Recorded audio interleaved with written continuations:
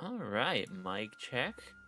Hello, hello, Panda Dabcat. Hello, Angela over on YouTube. Welcome in. Good to see everybody. Hope you're well. Hope you're having an excellent kind of start to your weekend here. Panda won't be in stream too long. I'll be gone. I'll be back for the rest. Well, Panda, thank you for stopping by, dude, and a huge congrats for Pantheon 3. Any of the Hollow Knight stuff honestly scares the heck out of me. I did do a tiny bit of that on my playthrough to kind of mess around, but I did not get very far in the Pantheons. They are terrifying. So 200 tries kind of seems like a massive win to me. I'll stay for the first 30. Panda, you do what you need to, my dude. Hang out as long as you want. You are always welcome to come in and out. I don't expect everybody to sit around here with me all day. I do understand you got stuff going on. Angela, you got... I'm not sure how to say the name, from Persona 3 and somebody else from Persona 5. Very, very nice. Congratulations. Well, I'm glad that it finally came in for you there. Hang on, let me adjust my mic. Okay. So, guys, what I'm thinking, I've been doing a little bit of brainstorming off stream. So, yesterday, we finished up basically most of the main game. The only thing left that we need to do is the Nemona fight. And that will be the last one in, like, sort of the main story before we get into Area 0. But what I kind of wanted to do today before we get too into it is take a look and see if we have any 6-star raids available to us. So 6-star raids are the only thing in the game that are going to... Do not jump. Do not jump! I tried so hard to avoid it, chat. I was so tickled with myself. I'm like, well, I'm gonna jump right over it. Nope, I will not. Fine. But, oh, we're froze. Oh, no, we're not. Oh, good. But yeah, okay. So I want to get an ability capsule, or ability patch still, if at all I can. But the only way to get them is from 6-star raids, which I don't think we have unlocked. I think we might need to beat Nimona, but I'm going to try to kind of check today, and I think I might even make some rounds around Kitakami here just to poke around and see if we can unlock. Wow. That is so far 6-star raid, I don't even want to dignify it by making a joke about it. We're just going to kind of putz around and look at these raids for a little bit. Just make sure there's nothing cool we can get. Also, Angela, you have a theory on how the Loyal 3 were revived. Please share. I would love to hear it. Because, like, we really get... I know I've said this before, and I really don't mean to harp on it all that much. But, like, we don't get almost any explanation on that. It's just kind of like, okay, there they are. They're back now. Like, I mean, I'm fine with magic, you know, I don't expect really complicated answers to these kinds of questions, but it would be nice to have a little bit of dialogue, just a throwaway line. Panda, what are the Loyal 3? The Loyal 3 are kind of our antagonistic Pokemon of the DLC here. So the storyline is basically, you know, several hundred years ago, there were these 3, like, evil Pokemon. They were big jerks, and they ran around causing problems. So the legendary Pokemon of this region that we're in now, went and kicked their butt. And this is not me extrapolating. According to the game, he killed them. Like, the Ogerpon actually killed these other 3 Pokemon, and they were buried in this little, like, gravesite. And during the course of this game, they just sort of get up and come back to life. There's not really an explanation given why that happens. They just come back to life. Okay, now they're alive. And they run around causing problems. In fact, I have a quest right now, over here, to go, try to track down the Loyal 3 and kick their butts again, because now they've come back to life and are causing problems. But the game doesn't really give us any reason they came back to life. They're just sort of like, oh yeah, you were standing by the grave one day, and they just sort of decided to stop being dead. And, you know, I like I said, I don't have an issue with sort of our magic. Oh, it's magic, you know, they just came back to life. But it's weird that it happened unprovoked, right? They just sort of did that. Angela's theory is that it's, let's see, you unlock in the post-game, the beam kind of looks like a Dynamax cannon, so maybe Eternus used Dynamax energy from Galar to sprinkle over the grave. I mean, I would believe that. It does kind of have that, like, sort of animation to it that they used in Sword and Shield whenever something Dynamaxed, so I mean, you could argue that pretty convincingly. I mean, you could argue some kind of weird thing going on with the Terra Crystals here. I mean, you know, Kitakami is one of only a couple places. Whoa! Hello, I stepped on a snake. Kitakami is one of the only places in the world that you have this kind of terrestrial crystals popping up, so there's all sorts of weird energy running around. Panda hypothesizes there may be an underground Pokemon or ghost that has revival properties. Also plausible. I mean, the thing is, there could be a million maybes as to why that happened, right? Like, oh, it's some kind of energy from Dynamax, or some kind of legendary Pokemon getting involved that we're not seeing, or some kind of, like, terrestrial crystals. It's just, all of those explanations are fine. I really don't have anything to debunk any of them. And it's just weird to me that the game doesn't provide even a little bit of a throwaway dialogue. It's like, oh my gosh, they must have gotten hit with that laser, and now they're alive again. Like, they just sort of go, okay, they're alive. And you're supposed to not look too much into it. And that's fine, you know, it doesn't ruin anything for me. I don't necessarily think they need to. It's just strange to me that they don't. That's a big pill to swallow. But I'm not fussed about it. I actually like the Loyal 3. I think they're interesting as villains, and I like their designs. I think they're just kind of fun to run around and fight. So I'm not upset about it. I'm just confused about it. I guess... Oh, Panda, I read that already. Let me jump down here. So yeah, guys, I think we're kind of got a little bit of a problem here, that if I really wanted to get Vulpix with the hidden ability before we finished the game, before we did the Demona fight, but the impression that I'm getting is that we literally cannot get an ability patch prior to beating the game. You absolutely have to, or you need to trade with somebody else who has it, or you need to find a friend who has like a 6-star raid they'll let you come help with, because otherwise we are just straight out of luck. I'm not seeing anything above like a 3-star raid here, which is a little annoying. So I feel like that's probably the situation we're going to end up with. Did I get that one already? Yeah, I think I did. Go check out this fighting one over here. I'm not upset about all the TMs, though. I'll definitely take that. Either that or they just heard Ogerpon's Night and decided, ah, heck, we're getting our fork in revenge. Yeah, I would believe it. I would believe that as well. I mean, you know, we did have Ogerpon right there. We did have a big battle right over the grave, so maybe they were just like, you know, it looks like things are popping off again. You guys, I think I'm about done being dead. I don't know about y'all. I mean, we've been here for a couple hundred years. I think I'm just gonna call it, and we'll sort of come back to life right about now and cause some problems. That sounds fun. And the other two just kind of agreed and went along with it. Like, I guess I would believe that. I mean, it's not any more outlandish than everything else we've gotten so far, so, like, I mean, I'm fine with that explanation. They just decided to stop being dead. I think that was a plot point in Homestuck, now that I look back on it. I thought you beat the game last stream? Kind of. We beat the Elite Four the last stream, but there's one extra fight at the end before we've really beaten that particular storyline. And also, Panda, there are 3 storylines in this game.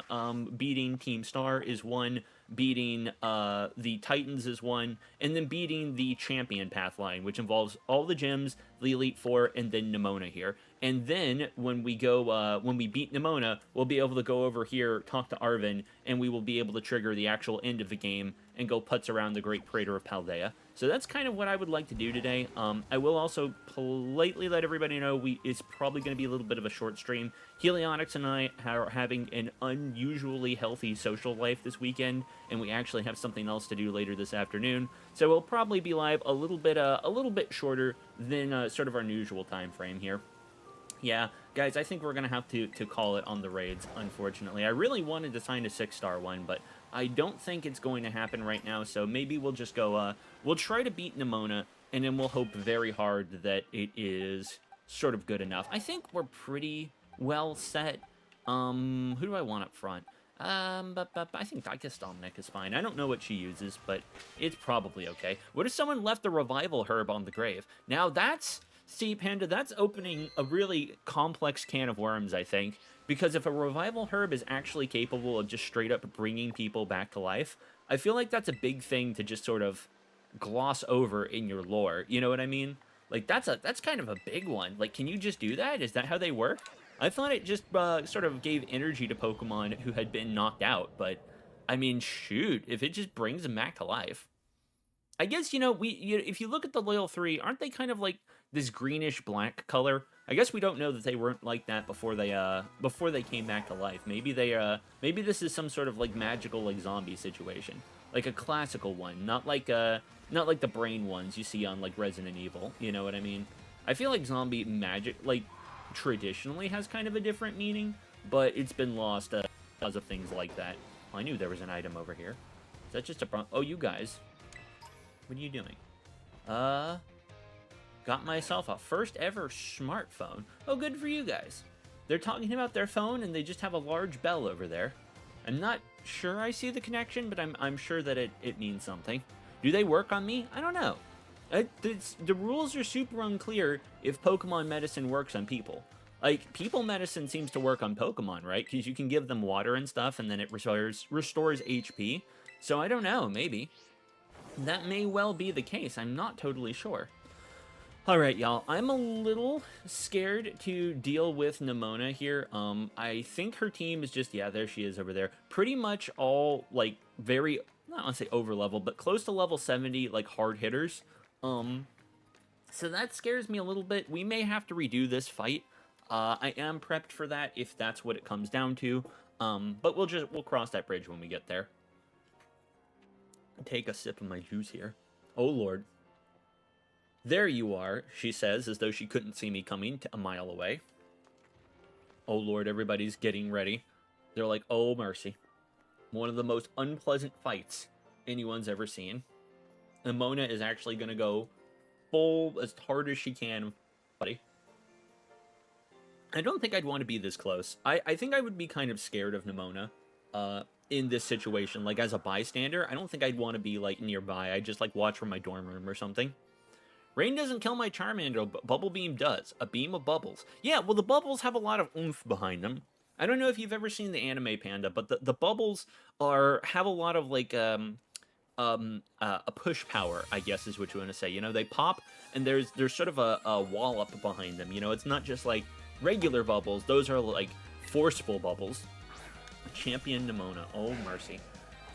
I think this is okay.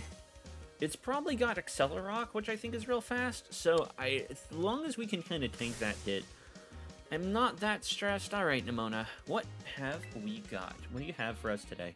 I'm just gonna Earthquake. Now, that may be one of the... I mean, I don't want to say it's the worst. I mean, that's one of the more predictable things I could be doing, but I'm fine with Earthquake. I do anticipate having to switch Dominique. Wow, all right. Nice. Rain almost killed Charmander in her... Oh, yeah, Panda, Angela brings up a good point on over on YouTube. Rain did almost kill Charmander in the anime. I believe the episode you're referencing, he has to have, like, a leaf over the little flame on his tail, if I'm remembering right. Goodra. Goodra. Yeah, let's do that, I think. I don't think I'm going to terrestrialize, but I do think I'm going to switch Vulpix out. You know, I would love to have Dominique out here and set up with stamina and just boost defense all the way to the end, but I think Goodra is probably a special attacker if I were to take a guess at... Oh, excuse me. You're just pure dragon, right? Yeah, I think it's pure dragon. I don't think it's got any water typing in there. We outspeed it? Whoa! I'm surprised we outsped it. Ouch. Ooh, big ouch. Oh, well, we might be able to take another hit. Only just barely. I might be able to terrestrialize here and live an extra turn. But I don't think it's gonna matter too much. We'll try to get another Ice Beam off. Maybe get a crit or something. Oh, nope. Freeze? Darn it. Alright, Vulpix, can you tank another hit? No, of course not. Someone needs to teach fire Pokemon to swim. I don't think they can. I think that messes with their, like, internal heat, right? Like, it really throws them off. I don't think you can just teach a fire Pokemon to swim. Although, now that I say it, if we're using the anime as an example, I do think there was an episode where somebody has a Sandshrew, right? And they teach it to swim in water, and so it stops being... It becomes a ground type that's not weak to water. I believe everyone can learn to swim, but I think for fire Pokemon, like, the water actually hurts them, right? Like, getting in it actually is, like, bad for them somehow. Pawmote, huh? Yeah, I think for Pawmote, we're gonna throw Dominique back in it. I don't think it's got anything that can hit Dominic too effective, like a skin condition. That was always my guess. I don't know. I think for Charmander, it's like if the flame on its tail goes out or gets like put out, then it's real bad for it. I don't know if it's like fatal, but I don't think that it's good. Volcanion, a water and fire type. I want to use a Volcanion, but I've never... Woof. Ooh, that was scary. Yeah, Volcanion, I've never had one that's low enough level that I want to use it on a team. What I was really hoping for, Angela, is that like something like Torkoal would get an evolution or get like a mega evolution that was water fire type, because you know it's got steam, right? It looks like it's a little volcano guy with a lot of steam coming out of it. It just seemed like it made sense for it to have some kind of evolution related there. Dunsparce. No. I think I'm going to leave Dominic in for Dunsparce. And what we'll do is heal from here, I think is a good idea. Yeah. We'll do that. Because we've already got a defense boost, and I think Dunsparce is mostly physical. It probably has Glare or something, but I think we'll still be okay to kind of set up here and tank a little bit. Because every time it uses something like Drill 1, it's going to do less and less damage. If the tail fire goes out, it dies. Okay, yeah, see, that's what I was thinking. That's for Charmander, right? Charmander, Charmeleon. I don't know if that applies to Charizard. I assume that it does, but I assume any of the evolutions, it's harder to put the tail fire out, so we could Terra here, I guess. I really feel like the Gita fight, it came down to just Munchlax because we Terra'd too early. We used Terra when we shouldn't have, and so I think I'm just gonna hold out until I think I need it. You know, we could here maybe to end the fight a little bit faster, but I just don't think that it's worth it quite yet. Yeah, I don't know. I wonder if the touching water rule like applies to other fire type Pokemon. Like, it doesn't say it, but if you've got like a Slugma, you know, or a Magcargo, and they get in water, is that... I mean, obviously they don't like it because they're living magma. What will they like harden?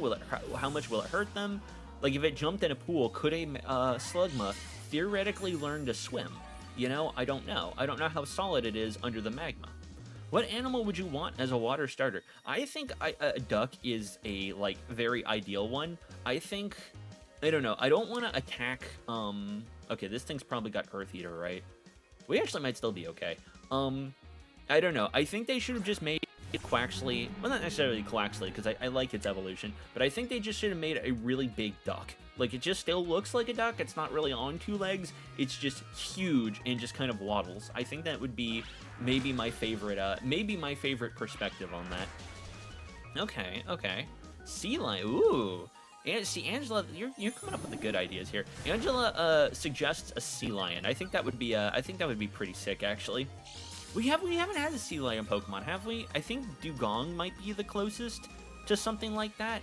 Oh, that would be really neat. I don't think we've got anything really directly based on an orca either, which could also be cool. I guess we did get a dolphin Pokemon this generation, which has always kind of weirdly felt like it was missing. So it's neat that they put it in, although they always put concepts on these. You know, I think the dolphin Pokemon has the 0 to hero ability in this one. Is that Palafin?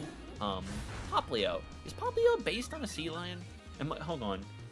I'm gonna do the most embarrassing thing ever. What is this? Let me Google sea lion and make sure I'm thinking of the right thing. Oh yeah, okay. It looks like a big seal. Okay.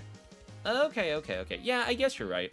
I was thinking that Poplio had more like kind of mermaid inspiration, but I see what you mean. I think I was just thinking the difference between like seals and sea lions. Alright, well, Earthworm's down. I'm actually pretty excited on how this fight is going. I was anticipating this being a lot more of a problem. I have a Panda. I have a Grass Starter Panda, Fire Starter Panther. I need water. I mean, listen, Panda, if you're off inventing new starters, I mean, we could always do with another Sea Lion. I think a huge duck would just be really funny and fun. I don't know what other sea life hasn't really had representation. This could be really scary. I think what I'll do. Okay, chat. This is the hard choices. So that thing is gonna start using Aqua Step, right? Dominic might be able to hit it once, but he might be able to tank a little bit because he's got defense boosted. But Zera might be able to go faster right now before it starts speed boosting, and I might be able to get a Will-O-Wisp off. But Will-O-Wisp might miss. No,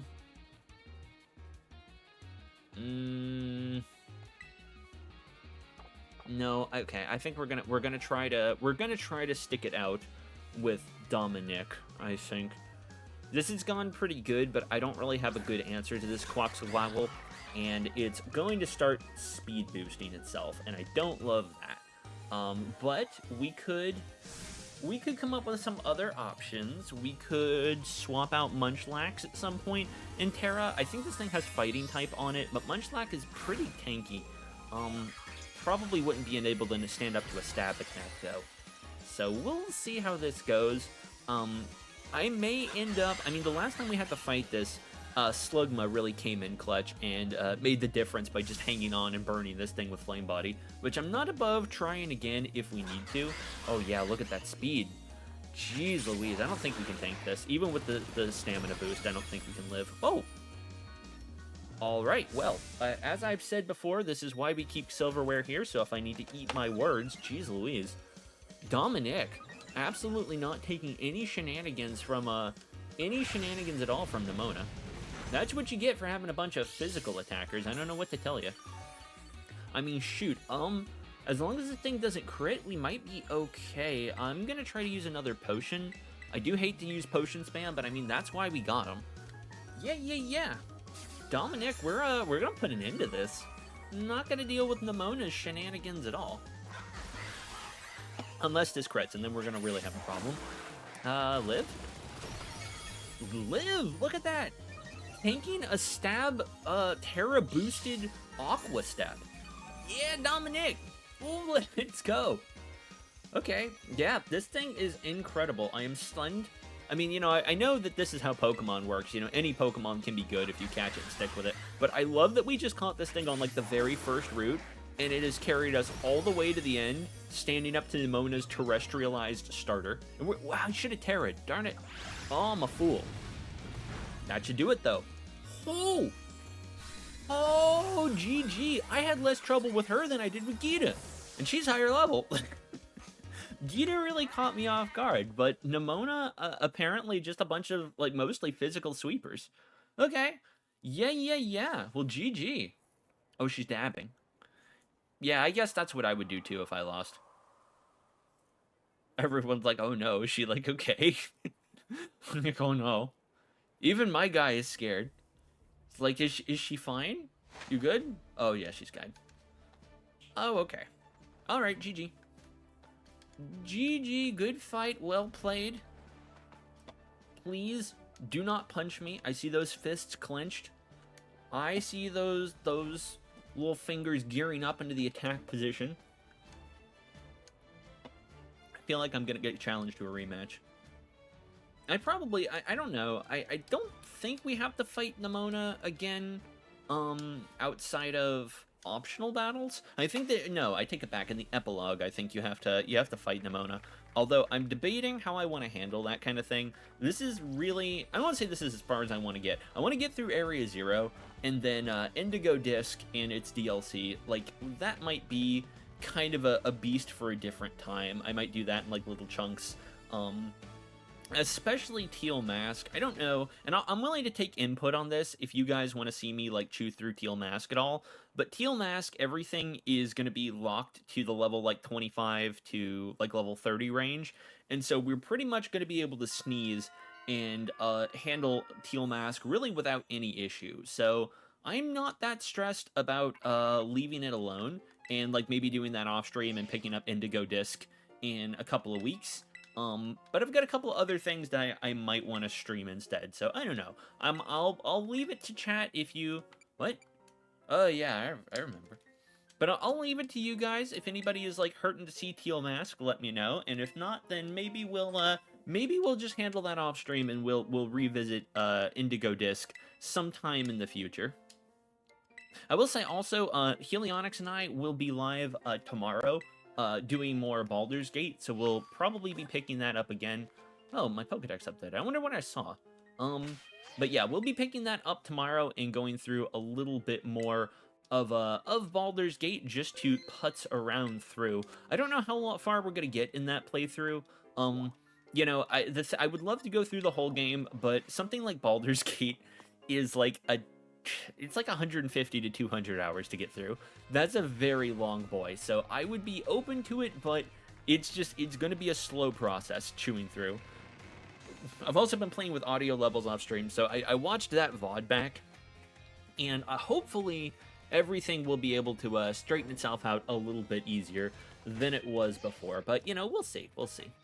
Okay, so wow, team's looking pretty good. I did think what I might do is put Munchlax up front, just so I can have him run around with us. I really love Munchlax, chat. This team really came together in a way I didn't expect it to. You know, when we started out, I really only had one or two ideas for how what the team was going to look like by the end and kind of what we would find along the way. But I didn't plan to use a Munchlax. I didn't plan to use a Slugma. Like, I wasn't sure if we'd stick with Chespin or Dominic. I was like, yeah, you know, we'll kind of see how those go. You know, I had a couple of loose ideas, but I'm really excited. Honestly, I think we kind of killed it on this run. Everything went good. I want to thank also everybody who came by and did raids with me, because I think that played a big part in just being able to get everything we needed to get it off the ground. So I'm pretty excited. I'm really happy that we have been able to get through it even as easily as we have. These are the kind of challenges I like in these sorts of games. You know, I don't know.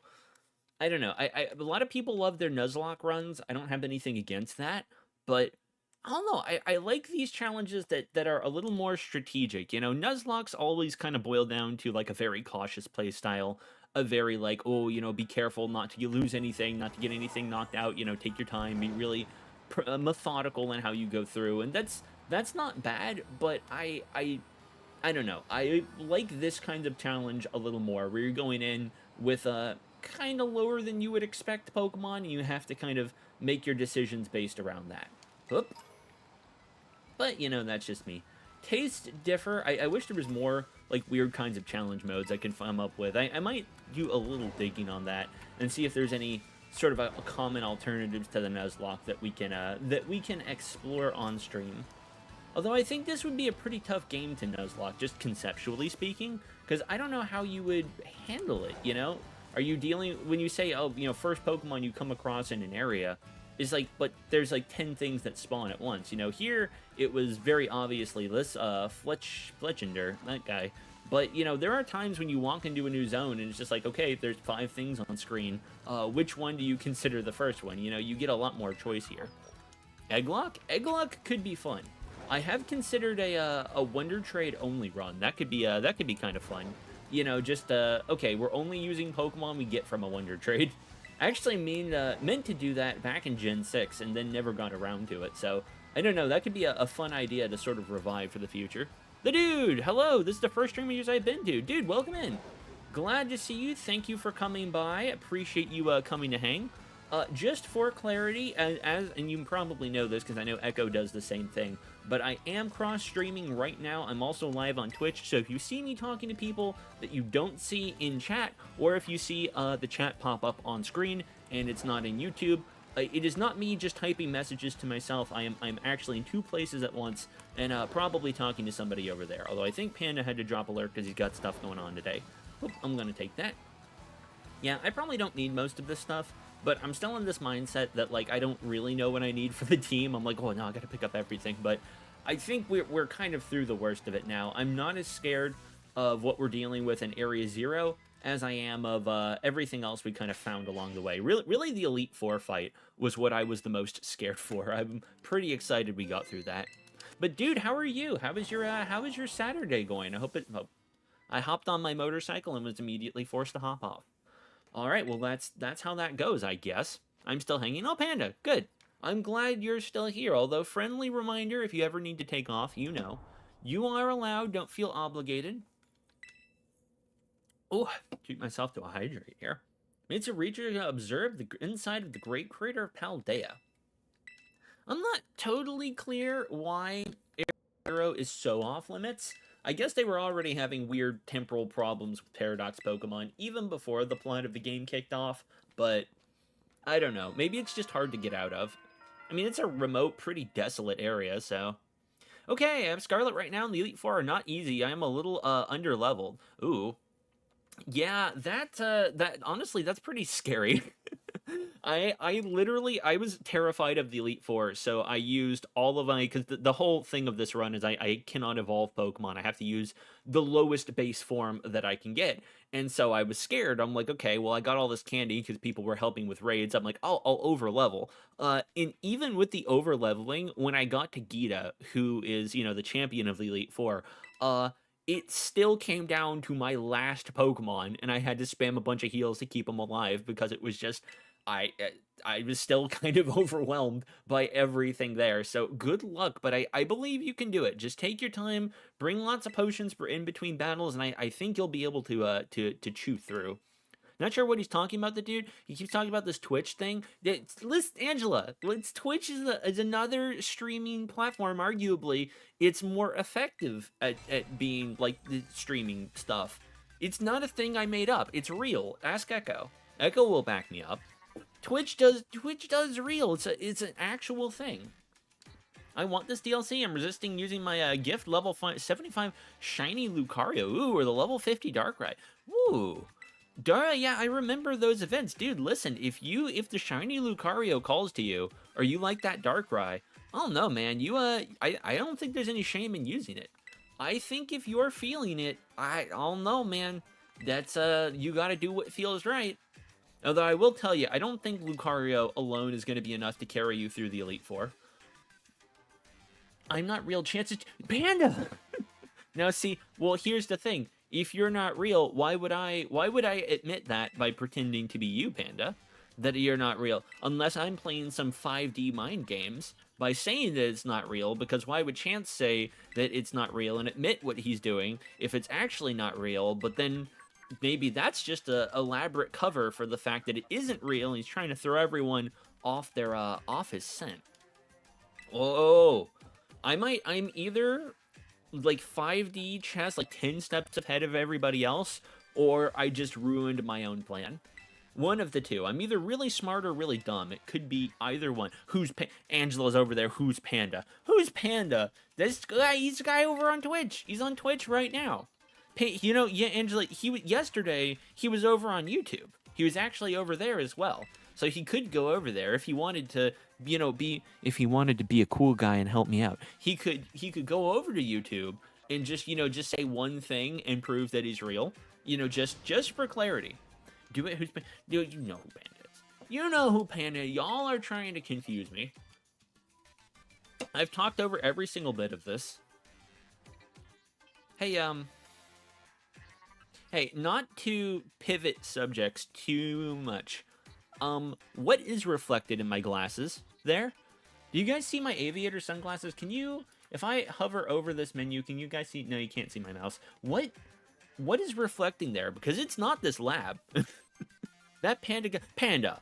No, he doesn't sound dumb. He's a cool guy who hangs out, and we love Panda. Beloved Chance of Chatter. Panda Golan. No, absolutely not. No self-deprecation unless you're me. The dude, should I shiny hunt a Charcadet? I don't know it's shiny, if I should shiny hunt it. Yeah, you definitely should. I think you definitely should. Shiny Charcadet, I think, is virtually... The problem with Charcadet in its evolution line is the shinies are functionally identical to a regular one. Literally, the only difference is the eyes are... on Charcadet are blue, and then both of its evolutions, the eyes change color and nothing else does. But I still think that that's kind of cool. I still think that's neat. I think it's worth hunting if you want one. I kind of like the shiny. I like the blue eyes. So I don't know. I think that it's worth it. If you Google a picture and it looks good, I think you should go for it. Angela, I don't know. Yeah, let me. I see you with your counterclaim here. Let me issue my counterclaim. My counterclaim. Yeah. Yeah. What do you think of that? Complex. What are you gonna do? This Panda guy sounds dumb. He doesn't sound real. Very made up. It's a real name. Panda, don't listen. You can't. No self-deprecation. I'm gonna add that to the rules over on Twitch, which is also a very real website. It's a real thing that I didn't make up. Chance have you gotten, bruh? Oh yeah. Somehow I have 7 Pokemon with me. I don't know if I'm allowed to write it though, because I'm not clear if it evolves. Probably not. I mean, that's a dumb shiny. Yeah, well, sure, it's kind of a dumb shiny, but I don't know. The eyes are pretty, I think that they're pretty blue, and I kind of like, the design. I don't know. I kind of like that there are some that are just like, oh, you know, this is, this is a like, minor change. It's not that different, but, like, that kind of makes it neat in a way. I don't know.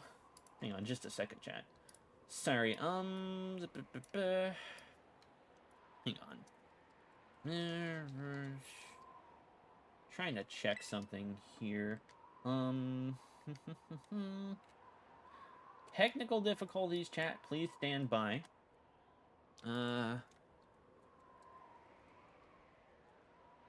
Alright, close enough. There we go. What does Panda even... What, Panda, it's a proper name. It doesn't need to mean anything. It's like Chance of Sun. That's just... Chance is my name. It doesn't necessarily need a meaning. That's just what I'm called. You can call yourself anything. Hello. Look at this. It's higher up. You know, it is a little weird to me that Nimona has never tried to get in here before. No. Oh, we're waiting for you. Oh, I thought I got to jump off. I don't know. 10, 20 feet. Can't ride Maridon. Alright, I guess we're parachuting in. Let's do this. Uno reverse. Don't Uno reverse me. There.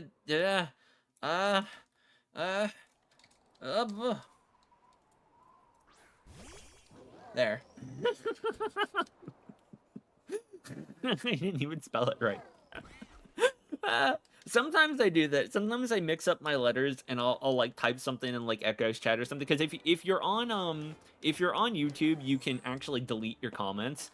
And sometimes I'll be like, I should do that. That looks ridiculous. And then I'm just like, nah, you know what? No, that's pretty on brand. That's par for the course. Oh my gosh. Coming? Wait, were you guys gonna jump without me? Whoa. Whoa. It does have meaning. I bet you won't guess it. I bet you're right. I mean, I assumed it was just a name, but if you've got a meaning to it, please share, because I don't wanna hypothesize. I can't believe they're all able to balance on there. I feel like if I was Penny, I would be mortified I was gonna fall off. The dude, I watched a streamer who's gonna be moving for a month, and I figured out they made a Paldea song, and I like the song called Paldea Polka by Kerpazoid. If you've heard of them, I have not, but I'll make a note to have to check them out off stream. I am kind of trying to like tentatively find some other music I can play for my intros and my outros and stuff like that. So I'll have to check it out and see give them a listen. Hint: Panda Golan. I don't know what the suffix means. I mean, I know what a panda is, I think, but the latter part of that panda, I would kind of feel bad taking shots in the dark on this one.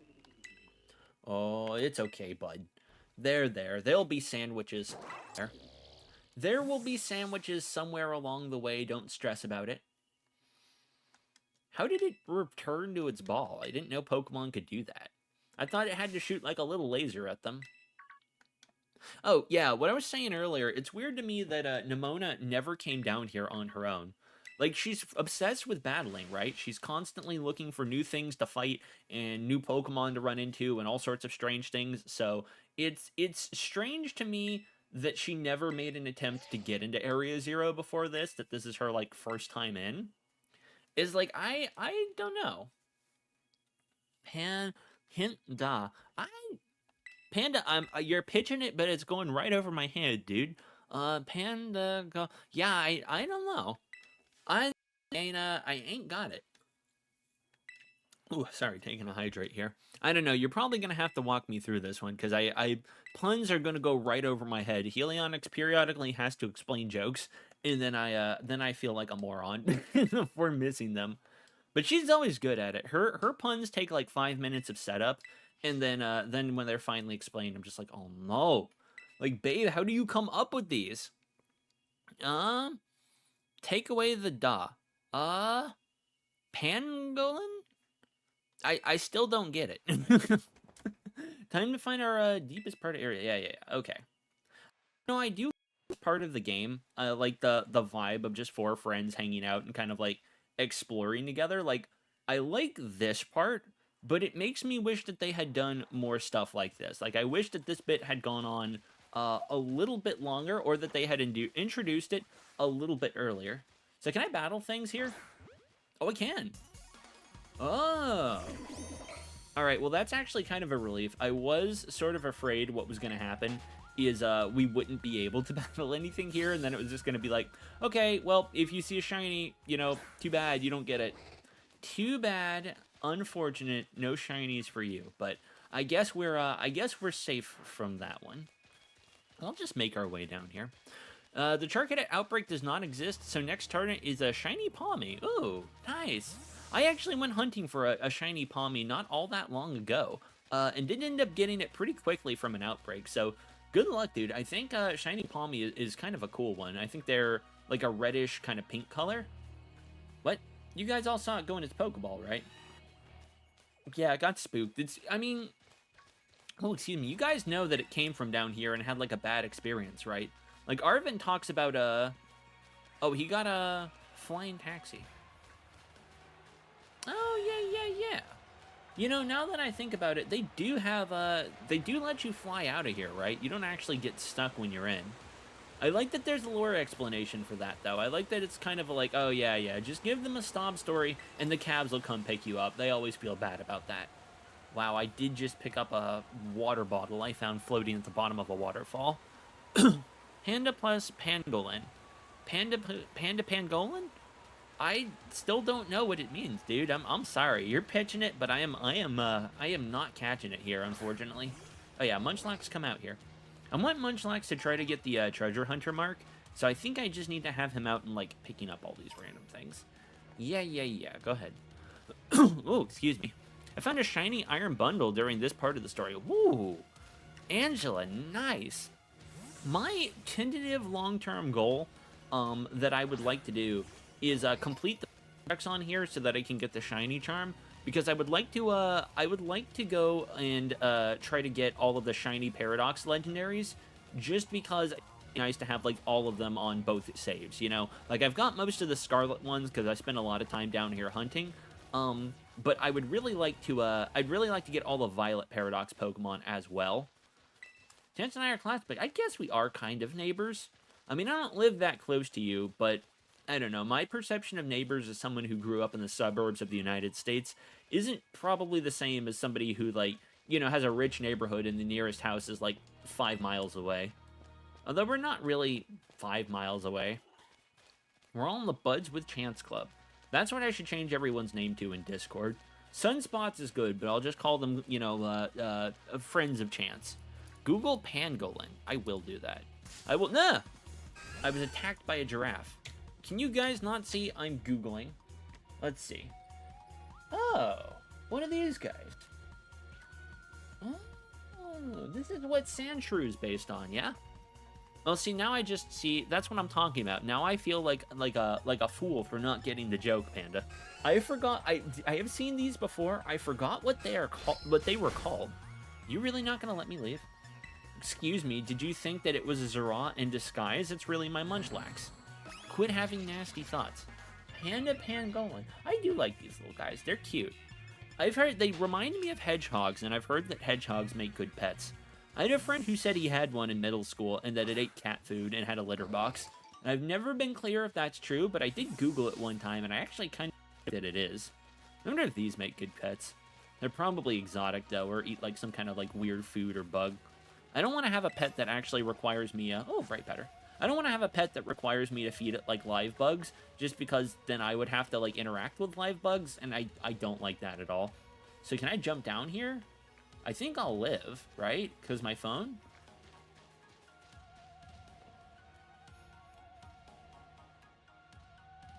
I mean... Chat. Ow. What? Why the bonk? Listen, I'm just contemplating, alright? I'm just considering. I think I have to go down here.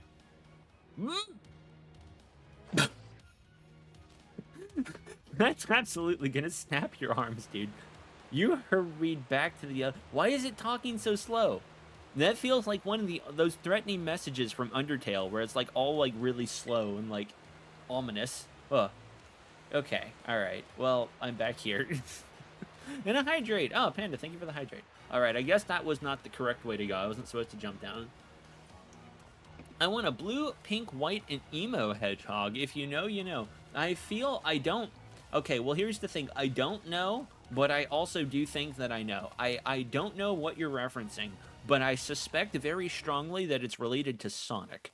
I feel like I've seen a picture with like a pink hedgehog and a white hedgehog and a blue hedgehog, but I haven't played the corresponding game, so I don't know who they are. But the art sounds familiar to me. I feel like I can see it in my mind. I can envision it, but the actual reference is lost on me. I don't know who they are. Angela, does it have to do with a speedy hero who stops an egg? An egg or an Eggman, perhaps? Could it be? I liked Eggman, though. I think he's a fun villain. I like that he sometimes, like, teams up with Sonic. I guess Bowser kind of teams up with Mario sometimes to go, like, kart racing and stuff like that. Although I guess I don't know that Mario Kart is sort of canon to the main Mario storyline, but I like to imagine that it is, because it's way funnier if I do that. You know, they obviously, you know, they have to have their, like, scheduled kidnap Princess Peach kind of thing, or just, you know, cause havoc through the Mushroom Kingdom. But then, you know, they do get together to go, like, you know, karting or boating or something like that. I feel like Eggman has the same kind of energy. This must be one of the buildings. Most likely. Do we have to go in and press all the buttons? I'm actually not clear how these got locked in the first place. Like, I do know the story of kind of how it works, but why are there 4 outside locks and a building that can't be unlocked from the inside? Blue, Sonic, white, silver, pink, Amy, and emo, Shadow. Oh, yeah, I missed that last one. Okay, yeah. Since you said emo, that should have been the dead giveaway that, that Shadow was involved. Shadow, I do know. I mean, not, like, personally, but, like, I am aware of the character. I haven't played a ton of Sonic games. I've always thought that it would be something I would have fun getting into, but I was not good at the old 2D ones, and then I never went and revisited when they kind of made the graduation to more complex games. Holy moly, this thing is high level. I don't know. I might swap out, well, yeah, let's swap out before, because here's what's gonna happen. I'll tell you right now. She's gonna use Accelerock or something, outspeed me on this thing, then it's gonna spray toxic debris everywhere, excuse me, and I'm gonna get poisoned. Oh yeah, look at that, there you go. Although I probably could have just used one single attack and put an end to this here. Power Gem. Look at you trying to bother Dominique. Shame. You should be ashamed of yourself. Trying to smack Munchlax with Power Gem. Nobody likes that. And you guys aren't even supposed to spawn this high up. You guys only appear in the, like, lower levels of Area 0, right? So what's going on? Oh, look. Nemona didn't even need me here. She didn't need me at all. She's just like, okay, hang on, we got this. Drill 1, Accelerock. Like, jeez Louise. Put an end to that shenan immediately. Oh, hold on. Hold on. I know what I did. I know what I forgot to do. Okay. I think after we're out of this cutscene, I'm gonna go ahead and give everybody Everstones again, because I don't think we're gonna need them for the rest, or I don't think we're gonna need any other items for the rest of this run. I think we're pretty much gonna be good. I think we can basically just not worry about held items from this point forward. I don't think Turo will be that tough. Maybe he will. I don't really think so. I don't remember having that much trouble on my main file. And I'm hoping we can kind of just speed through since we loosely know what type everything is. I think that's what really threw me off when I first fought him, because it would be like, Turo's about to use Roaring Moon. Will you change Pokemon? I'm like, I don't know what that is. Roaring Moon. I'm like, good grief. Oh, what am I doing? No, I'm just looking over here. Oh. He looked so surprised. He was like, oh, and then just didn't do anything. Okay. That's fine. Let's, swap held items. Actually, Eviolite, I want on somebody. You can have that, swap for another item. Let's just do that for pretty much everybody. Munchlax, I like having the Eviolite because it's super, super nice. But yeah, Everstones, I think, are gonna be kind of the way to go here. Yeah, give to a Pokemon. Wait, no. Not that. We'll put away. How about we do that? I think that might be a little bit faster. And then we'll just give everybody Everstone. There we are. Easy. We'll put that away. We'll give an item. Everstone. Nice. You still need one. Yeah, I'll put up with Munchlax trying to evolve every other time, because he evolves, he levels up kind of slowly. Vulpix doesn't at all, or isn't a level evolution, so we don't need to stress. So I think we're just going to save ourselves a lot of headache here, but we'll still save, because I don't want to have to reset a couple hours of progress just because Munchlax decided to evolve while I decided to pick my nose or something. I found 3 shiny, dude. You found 3 shinies without hunting for them. Full odds, by the way. I was trying to get to the Elite Four. Wasn't even hunting. My luck went away, though. That is unfortunate. I mean, that's how it works, though. Shiny luck is a fickle beast, you know. Oh. All right. Well, I've attacked by another giraffe again. Love to see it. But shiny luck is a fickle beast, you know. Sometimes you get it and you find, like, you know, 3 or 4 shinies in a row, and then you know, you pop your sandwich, you go to an outbreak with your shiny charm, and it takes you 5 hours to find the shiny. You know, that's just how it goes sometimes, unfortunately. Infuriatingly, that is how it goes. I had that problem. I think I was complaining the other day that I was wanting to get a shiny Orthworm, you know, and I hadn't seen an outbreak, and I didn't know you could reset outbreaks. So I saw an outbreak one day. I was like, oh yeah, perfect. Okay, I'll go do that. And I went over to him and I made a shiny sandwich, and I'm like, all right, you know, let's go do this. And yeah, I spent the next like 4.5 hours resetting, trying to get that dang Earthworm. And because every time the sandwich would run out without any shinies, I would just reset the game and go, okay, I'll make it again. And I just had to keep doing that. I even was like, okay, did I Did I mess something up? Is this not the shiny sandwich I thought I made? And it's like, nope, steel power or whatever. It's like, steel power sandwich, shiny 3, you got a shiny charm, clear the outbreak. It's like, nope, nope, nope, nope, no shiny earthworm. It took so long to get the dang thing. And then, of course, I finally did get it, and I'm just like, well, I don't even know if it was worth it now. It kind of passed the point of wanting to use it. I'm like, we kind of got a sunk cost thing going on. Like, geez Louise. I wonder if my dad worked here? Almost certainly, dude. Didn't he set up all these research stations? I thought we knew that. Alright, where are you going? Don't we still need to disable that lock? Oh, sorry. Well, you got 2 hands and you ain't using them. Why are you telling me to do it? Alright, let me go press some buttons. You want to press the button disable lock? Yes. I will press the button. Phew, lock disabled. Look at us. Oh. Stretch, stretch, stretch, stretch, stretch. Oh, a little bit of a stretch here. My goodness. You good, buddy? Oh, yeah, he's fine. He's doing good. I'm sure he's not having an emotional breakdown. I like Arvin, chat, but I feel for the kid, man. This is rough. This is hard stuff. This is, like, actually heartbreaking. Hang on. Oh, I can't use the Poke Portal here. I was like, maybe maybe real quick, I'll just go ahead and check if we've got any 6-star raids. Just to take a little peek. But no, of course we don't. Of course I can't use it here, fine. Yeah, I feel for Arvin, man. Like, it's only gonna get worse for him as we go down here. I don't want to spoil too much for anybody who... I assume most of you have already beaten this game, but on the off chance that you have not, spoilers ahoy, but it's not going to get any better for Arvin as we go down here. In fact, it's just going to keep... It's already bad, and then it just, like... It just keeps getting worse. Sorry for this kid. Man. Everybody here but me kind of has, like, main character energy. Like, Arvin, arguably the most so. I think, Penny could have carried a story on her own if you had her as, like, the main person. Or Nimona, really. I think Nimona, arguably, might be even the better target for it. But Arvin, especially, is, like...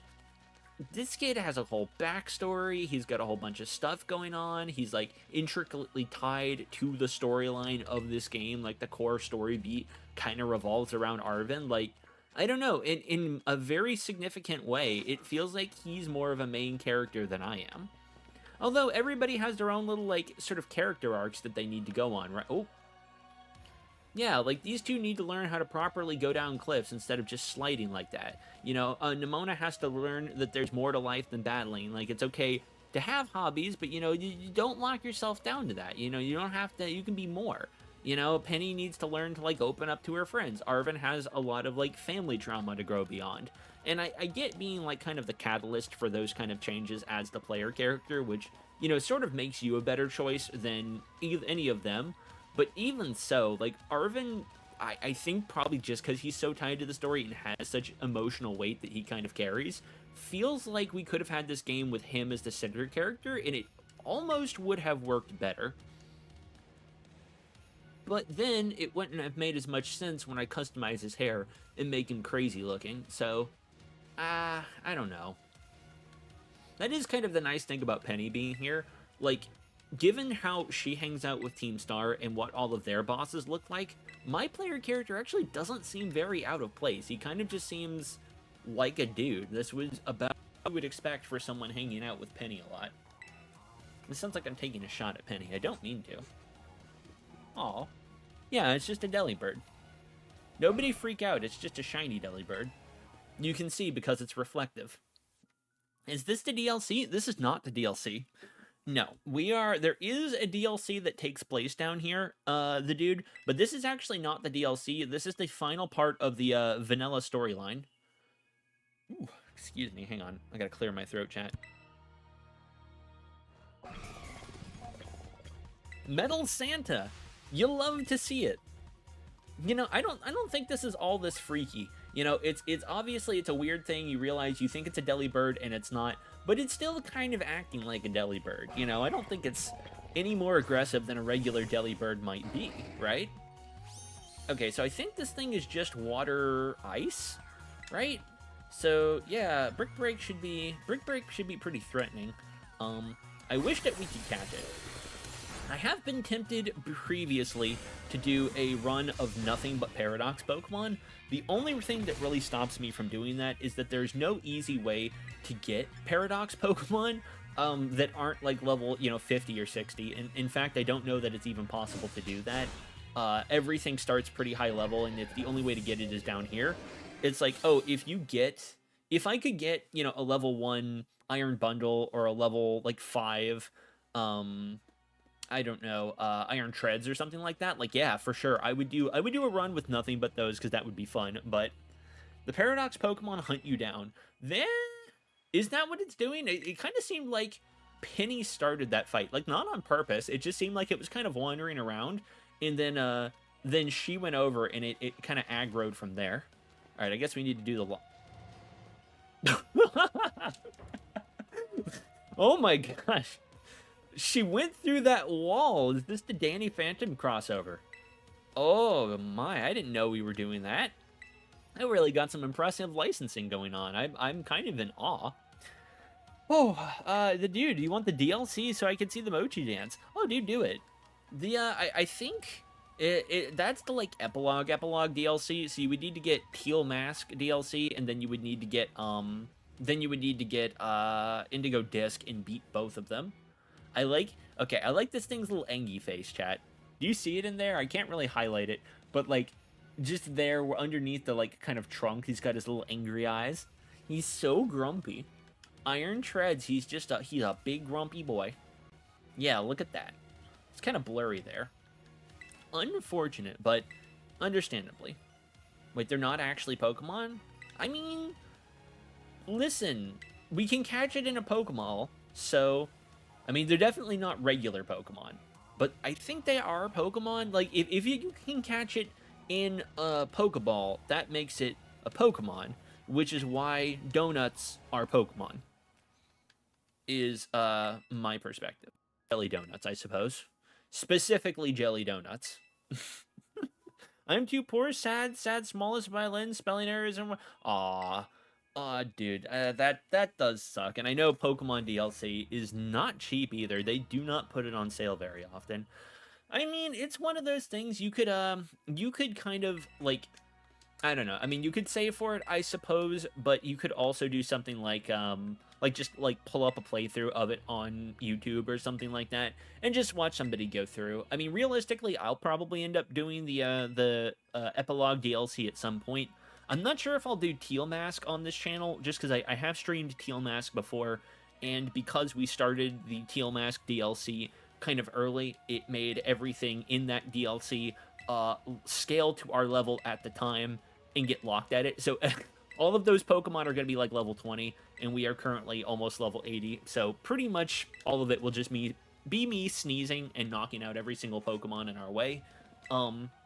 So I might do that, or I might just kind of do it off stream and go straight to Indigo Disc a little later on.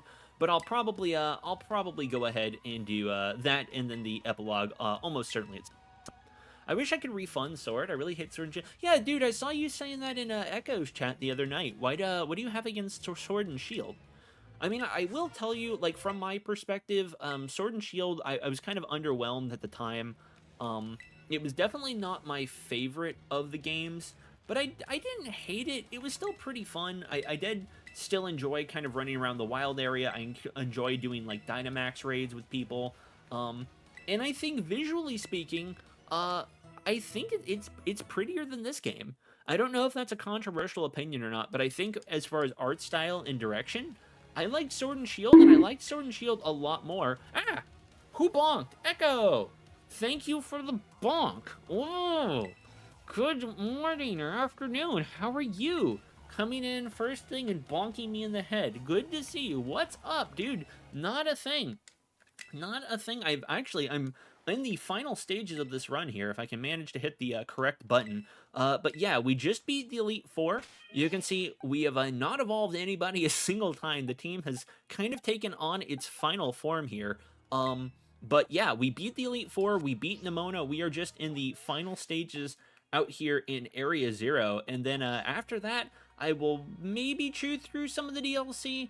I'm kind of debating how we should handle it. I was actually just saying before we before you came in that I'm kind of torn on how to handle it. So the first DLC in this game, just for some context here, there are two sets of DLC, and the first DLC scales to your level, and the second DLC does not. Right? So that second one is always going to be like everything is like high level 70s, so about where we are now. But the first one scales to whatever level you were when you first went to the DLC. So since I went to that DLC at the very start of the game, everything is stuck at level 20 and I am level 80. So I'm like, I'm debating if I want to stream that, because basically what's going to happen for DLC 1 is I'm going to walk in, I'm going to sneeze, and absolutely every Pokemon between me and the end is just going to be knocked out immediately. And I'm like, I feel like I've inadvertently kind of ruined the content a little bit. It's like, I mean, we could just like breeze through it real quick, but it still might take an hour or two just like logistically. But I don't know. I feel like I'm cheating going through it like that. Like, oh yeah, here's the big boss battle. Like, bam, just knocks out in one hit. Like, I worry that's a little bit defeating the spirit of it. But I suppose that's how it goes sometimes. Also, Angela, the dude, I see you guys over there coordinating changes in sword or trades and such in Sword and Shield. Ain't spending money on Switch Online unless it's a dire battle. Yeah, I do agree with the like what's the word I'm looking for? Problems with Nintendo's online model. Like, I know that that's pretty common. I know PlayStation does it. I think Xbox does it. It's like, but that really annoys me that you have to pay just to get online, and it really annoys me that you have to keep doing it because, like, if you have different profiles. So like on this Switch, yeah, you can see I have my profile. Helionyx has one. Then I got a couple of dummy profiles for when I want to have like multiple save files. But if I'm on those multiple save files, and like if I had played this on as like Grognak instead of Sun, or instead of Chance, it's like, yeah, I would not be able to trade with you guys unless I paid Nintendo another like, I don't know, $10 a month to be able to use online services on that profile and this one, and they're already getting my money. It's like, guys, y'all already have it. Are you really going to lock this down per profile and not per Switch? And the answer is yes, and it drives me absolutely crazy. Like, I can't tell you how many other streamers I've been hanging out with, and they're like, actually, anybody have one of these? I need one. I'm like, oh, yeah, for sure, I can help you complete the decks. And then they try to trade. It's like, oops, sorry, you were on your dummy profile, and so now you gotta pay Nintendo another $15. It's like, good grief. Nintendo, you have enough money. Calm down. Also, Chance. I don't like the game because with Crown Tundra, you get free legendaries if you spend money. And if you don't be careful in the wild area, you will automatically get demolished by strong Pokemon. Yeah, the DLC, I don't know. Of pieces of Pokemon content, Sword and Shield's DLC is probably the one I am the least familiar with. I've played through it once on. I did not play it on release. I only went through it a long time ago, so it's like messed around a tiny bit and not particularly extensively. It did seem like Crown Tundra didn't scale, so it was a lot harder than I would have expected for Sword and Shield. But I definitely getting like, oh, I paid money for this DLC. You go in and then everything like kind of demolishes you. It's like, oh, good, thanks. Yeah, let me beat the game first. And it's like, yeah, good. Like, I suppose like a lot of games have done that model and it's not really a problem, but I don't know. I can see where that would be a frustrating experience. You can buy a family bundle for online. Angela, I thought a family bundle still had a limit to like how many accounts you could have. And plus, for me, and like if I actually had a family here, like I don't know, not like that, but like Helionyx doesn't really use the Switch for very much other than I think like Stardew and a couple of like other small games that like really don't have an online component. So if I had 3 or 4 people in the house all using it, it might be worth it.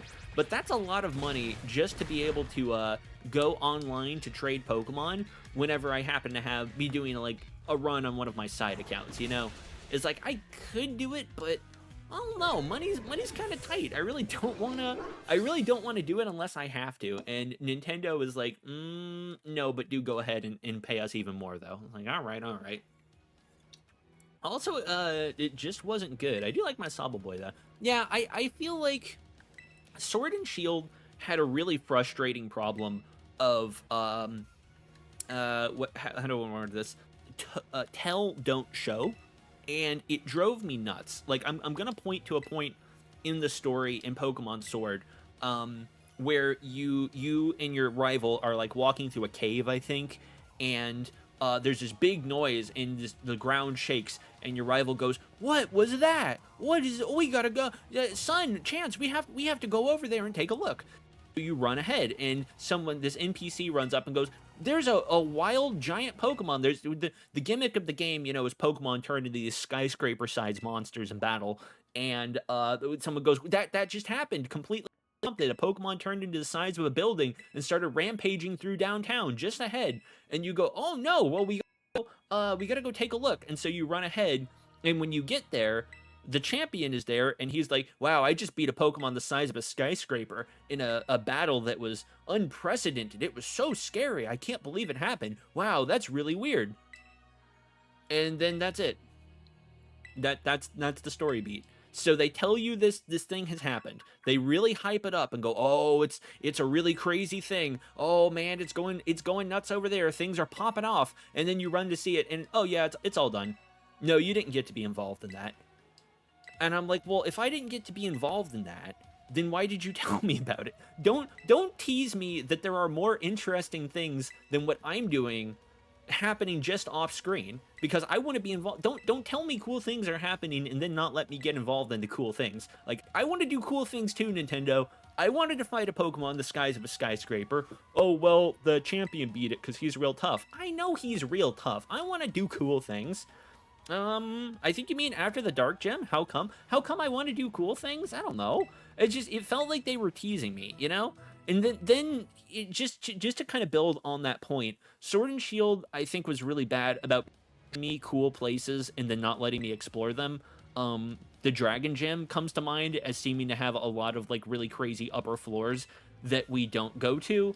The Glimwood Tangle I think is one of the most visually interesting places in all of Pokemon. I think it's such a cool design for like a town tucked away in this magical forest with giant glowing mushrooms and all this cool stuff, and it's like, whoa, neat, can I explore it?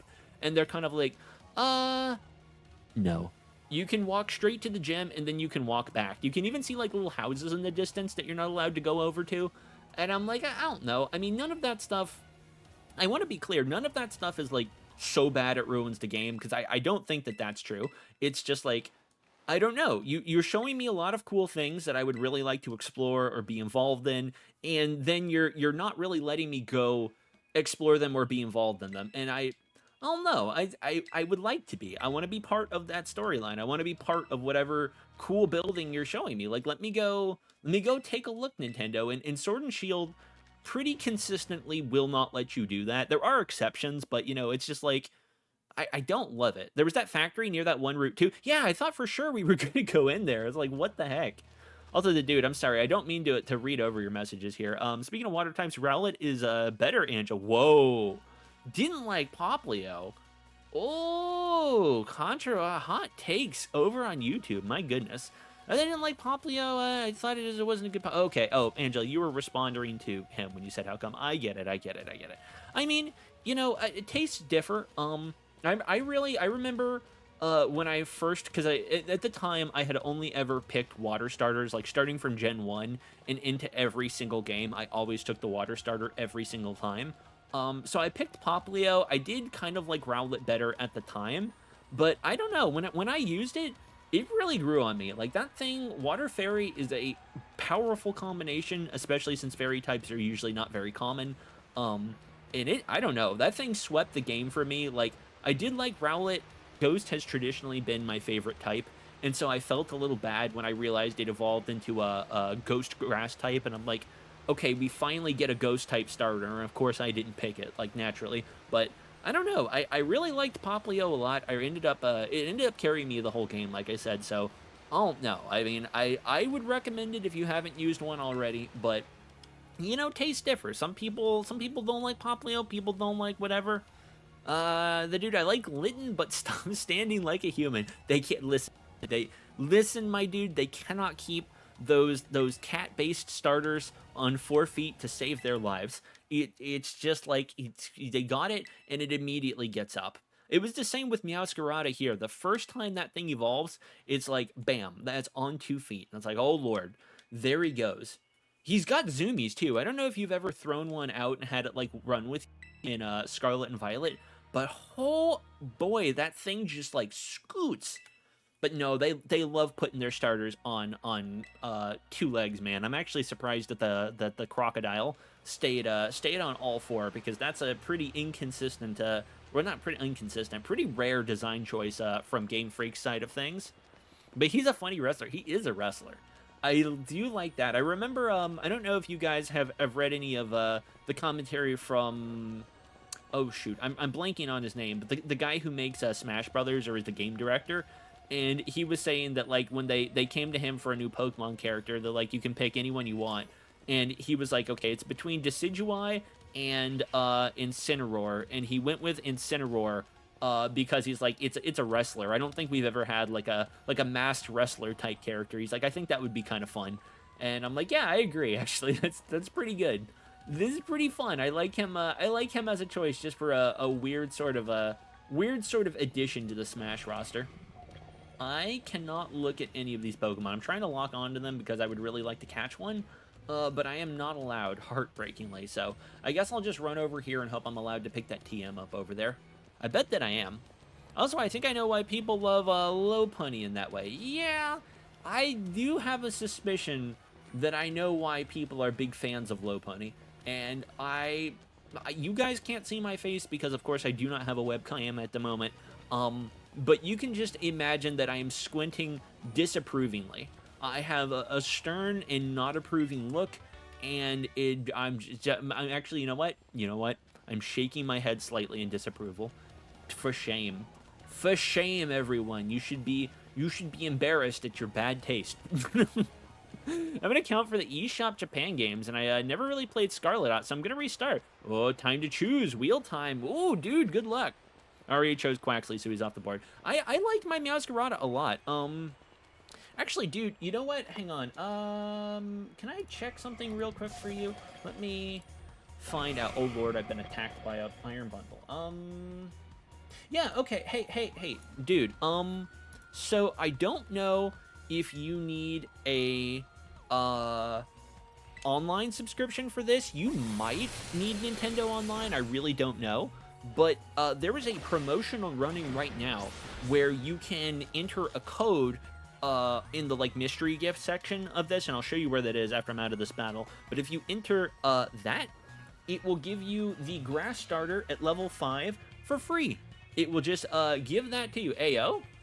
Oh, dude, thank you for the follow. Welcome in. Hope you're having an excellent Saturday here. Do we need an Ultra? I guess I'll use an Ultra. I don't know. We'll see how it goes. But yeah, the dude, also, hey, just for clarity, anybody who just came in, I am also on YouTube, so if you see me talking to people who aren't on Twitch, that is certainly the reason. But yeah, dude, that is a event going on right now. If you enter that code, and I'll show you how to do it once I am out of this battle here, it will give you a free Litten. Or not Litten, Sprigatito, excuse me. It's the grass starter from this game. So if you were starting brand new, you could do something like pick the fire starter and then get the grass starter for free. Let me take a look. Can I do that on here? I think it might be, oh, never mind. I can't use the Poke Portal right now. Okay, well, I'm sorry about that. But yeah, that would be how you do it. My wheel landed on Sprigatito, but I will get it on the main account. Okay, one thing worth double checking first. Maybe see if you can Google if you need an online subscription for that, because you do need to be able to connect to the internet, but I don't know if it actually requires you to like have an account just to connect and get the free gift. I do not know, so I would hate for you to do that and then be like, oh, sorry, you can't get the grass starter now. Oh, the Sprigatito mystery gift. Yeah, actually, let me post a code here just for anybody out on Twitch who happens to be looking for that as well. If you go into the Poke Portal here, which I can't do because I'm in Area 0, but if you use the Poke Portal, it has a little option for mystery gift, and if you enter that code, it will give you a free Sprigatito. I think it even has hidden ability. I actually considered using a Sprigatito on this run with Protean. I thought that would be kind of fun, but I don't know. Chespin seemed like a more I don't know if obscure is the word, but a more interesting choice for a run through Scarlet. So that was the direction I decided to go. I don't. Okay, so yeah, dude, you may not be able to do it. I know you said you don't have Nintendo Online, but I don't know if that's required. I presume that it might be, but it's worth looking into. I would say consider Googling it and looking in. And you know, worst case, you could enter the code and just see if it works. And if it doesn't, you know, well, nothing lost, nothing gained. You know, at least you tried. At least you were able to look into it. I think I'd actually like to catch one of these. I didn't think it would let me go ahead and catch these before we got down there, but since it does, I'm gonna go ahead and try it. Yeah. You know, I know I've said this before, but I'm still really floored by our shiny luck on this run here. Like, this Munchlax, I didn't even really plan to use a Munchlax. It was kind of just a, like, you know, we could use Munchlax and see how it goes, and then we immediately find a shiny one, like, 10 minutes later. Like, this thing has been incredible on this run. Also, wow, what is going on with this luck? Alright, sheesh. Alright, sheesh, I'm not about it. I did it, and I got it with no online. Okay, so wait, you don't need online to do it. Yo, dude, very, very nice. Okay. Shoot, well, okay, that's actually really good to know. Thank you for testing that. Because I have definitely, every now and then I'll find somebody who's like trying to get one of the Sprigatito, and I'm like, I don't know if that's how it works, if you can get it without online, but that's nice that you can. What? Oh. Did I go the wrong way? Oh, I did. I ran past the station. Oh, I know. Sorry. I got so caught up being like, oh, I'm going to catch that Iron Jugulus. I went completely by the research station without going in. You guys good? Yeah, you're good. Okay. There's the Doug trio on top of a rock. And tunnels into it. Alright, sure. That works for me. Is this the sad one? Oh yeah, this is the sad one. I don't like this. I don't like this part, chat. That's a lie. I actually do really like this part of the game. I think this whole segment in Area Zero, and I'm so sorry to like be talking over it for anybody who's not overly familiar with this section of the game. But like this whole segment in Area Zero, I like it so much that I wish it had been the rest of the game. Like, I like Nimona, I like Penny, I like Arven, I like this vibe of everyone hanging out, kind of going on adventures. And I wish that we had more of it. I wish if they were going to design characters like this and give us, like, cool storylines for everybody, I just wish we had more, you know? And I suppose maybe that's hard to do. I mean, we did have Arven quite a bit, and I don't usually love when they pair NPCs with us and, like, force them to be with you, but at the same time, it would have been nice to have more opportunities to interact with everybody. Secret Tunnel! Yes, I am on Violet right now. I do have Scarlet.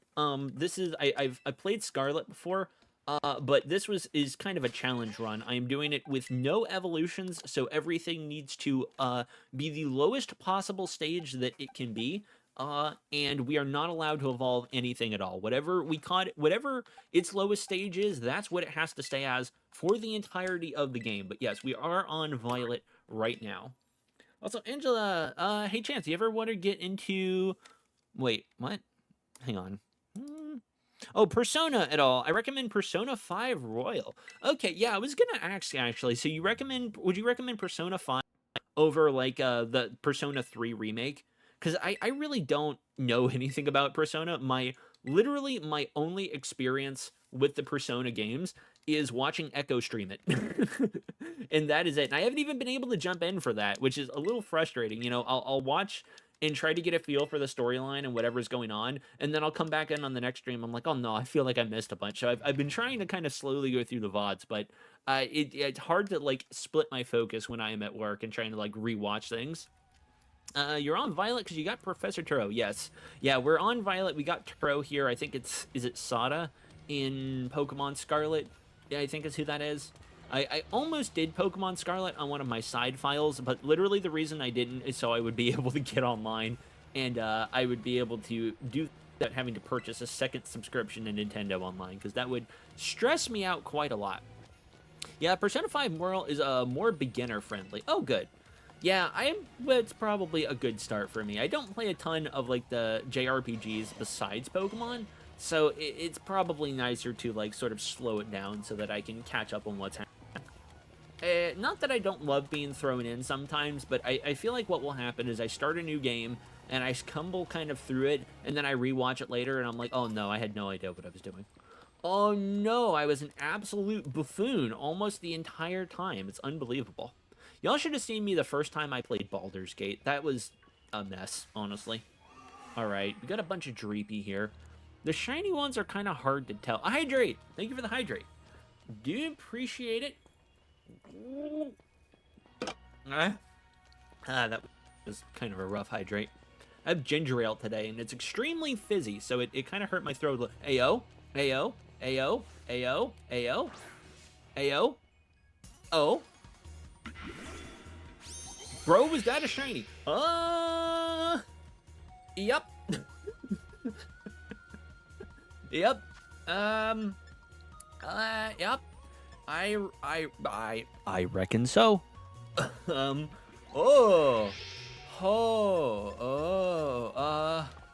Okay, okay. Alright. We're not gonna panic. We're not gonna panic. We're not gonna panic. That Dreepy you walked past, are you kidding? Was it? Alright, well, hang on. Let me, okay, alright, not kidding. Okay, hang on. I'm gonna try to catch this, and then we'll hope very hard that, oh, alright, good. We'll hope very hard there's still a Dreepy there. What? Alright, well, Glamora, good. Nice. Good. Excellent. Wow. Fantastic. What the heck? Glamora, good. Yes, to the box. Okay, let's go check up here. You said there was a Dreepy that I walked past. I would believe you that I didn't pick up the Dreepy and didn't, like, it was shiny, I just didn't see it. Any of you guys? No? Okay, I guess that might have despawned. Well, that's unfortunate. Oh, let's actually save. To make sure. What the heck? Okay, well, bro, it despawned. Unfortunate. Well, I guess I'll check the footage back later, but if we missed it, we missed it. That is unfortunate, but, I mean, hey, we did still get a shiny. Ew. Who's knocking? Helionyx. Hello.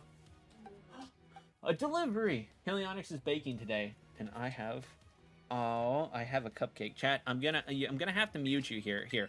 I'm gonna look at that shiny and just appreciate it since I apparently missed another one. But we still got this one. I'm excited. Hang on just a sec.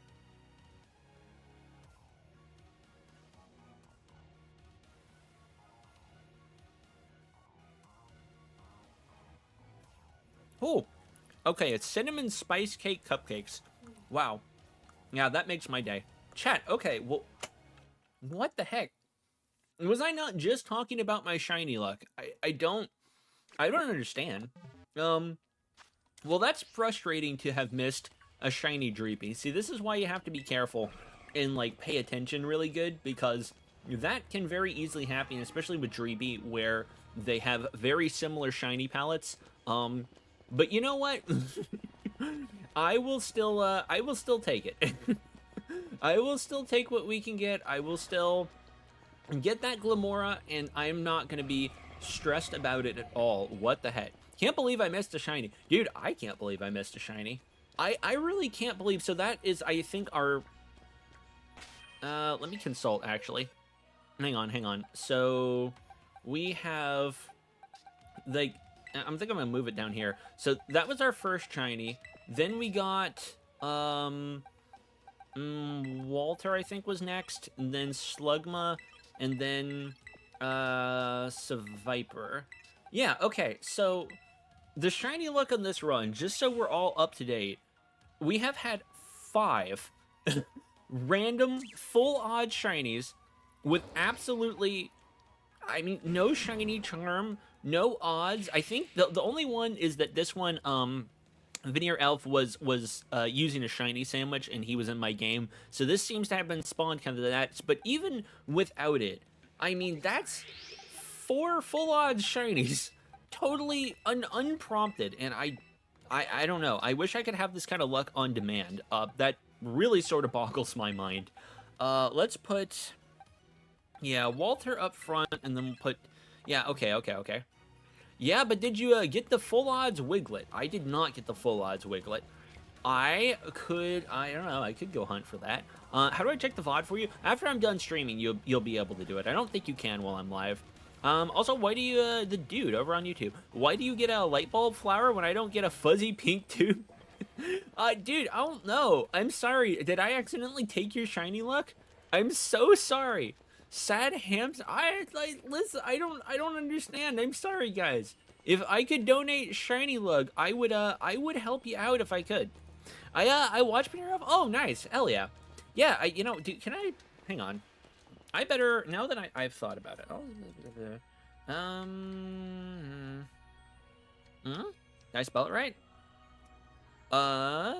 There you go. Yeah, make sure to shoot him a follow since I am thinking about it, because I do think that shiny was Seviper was his doing. I think that is where that came from. To be completely honest, we are friends on Twitch. Oh, nice. Very, very good. Let me save. Anytime I shiny, y'all, it always throws me off. I get all like paranoid. I'm like, did I not save? Did I forget to do it? Did I forget to like hit a thing? Actually, you know what? Now that I'm thinking about it, and since there.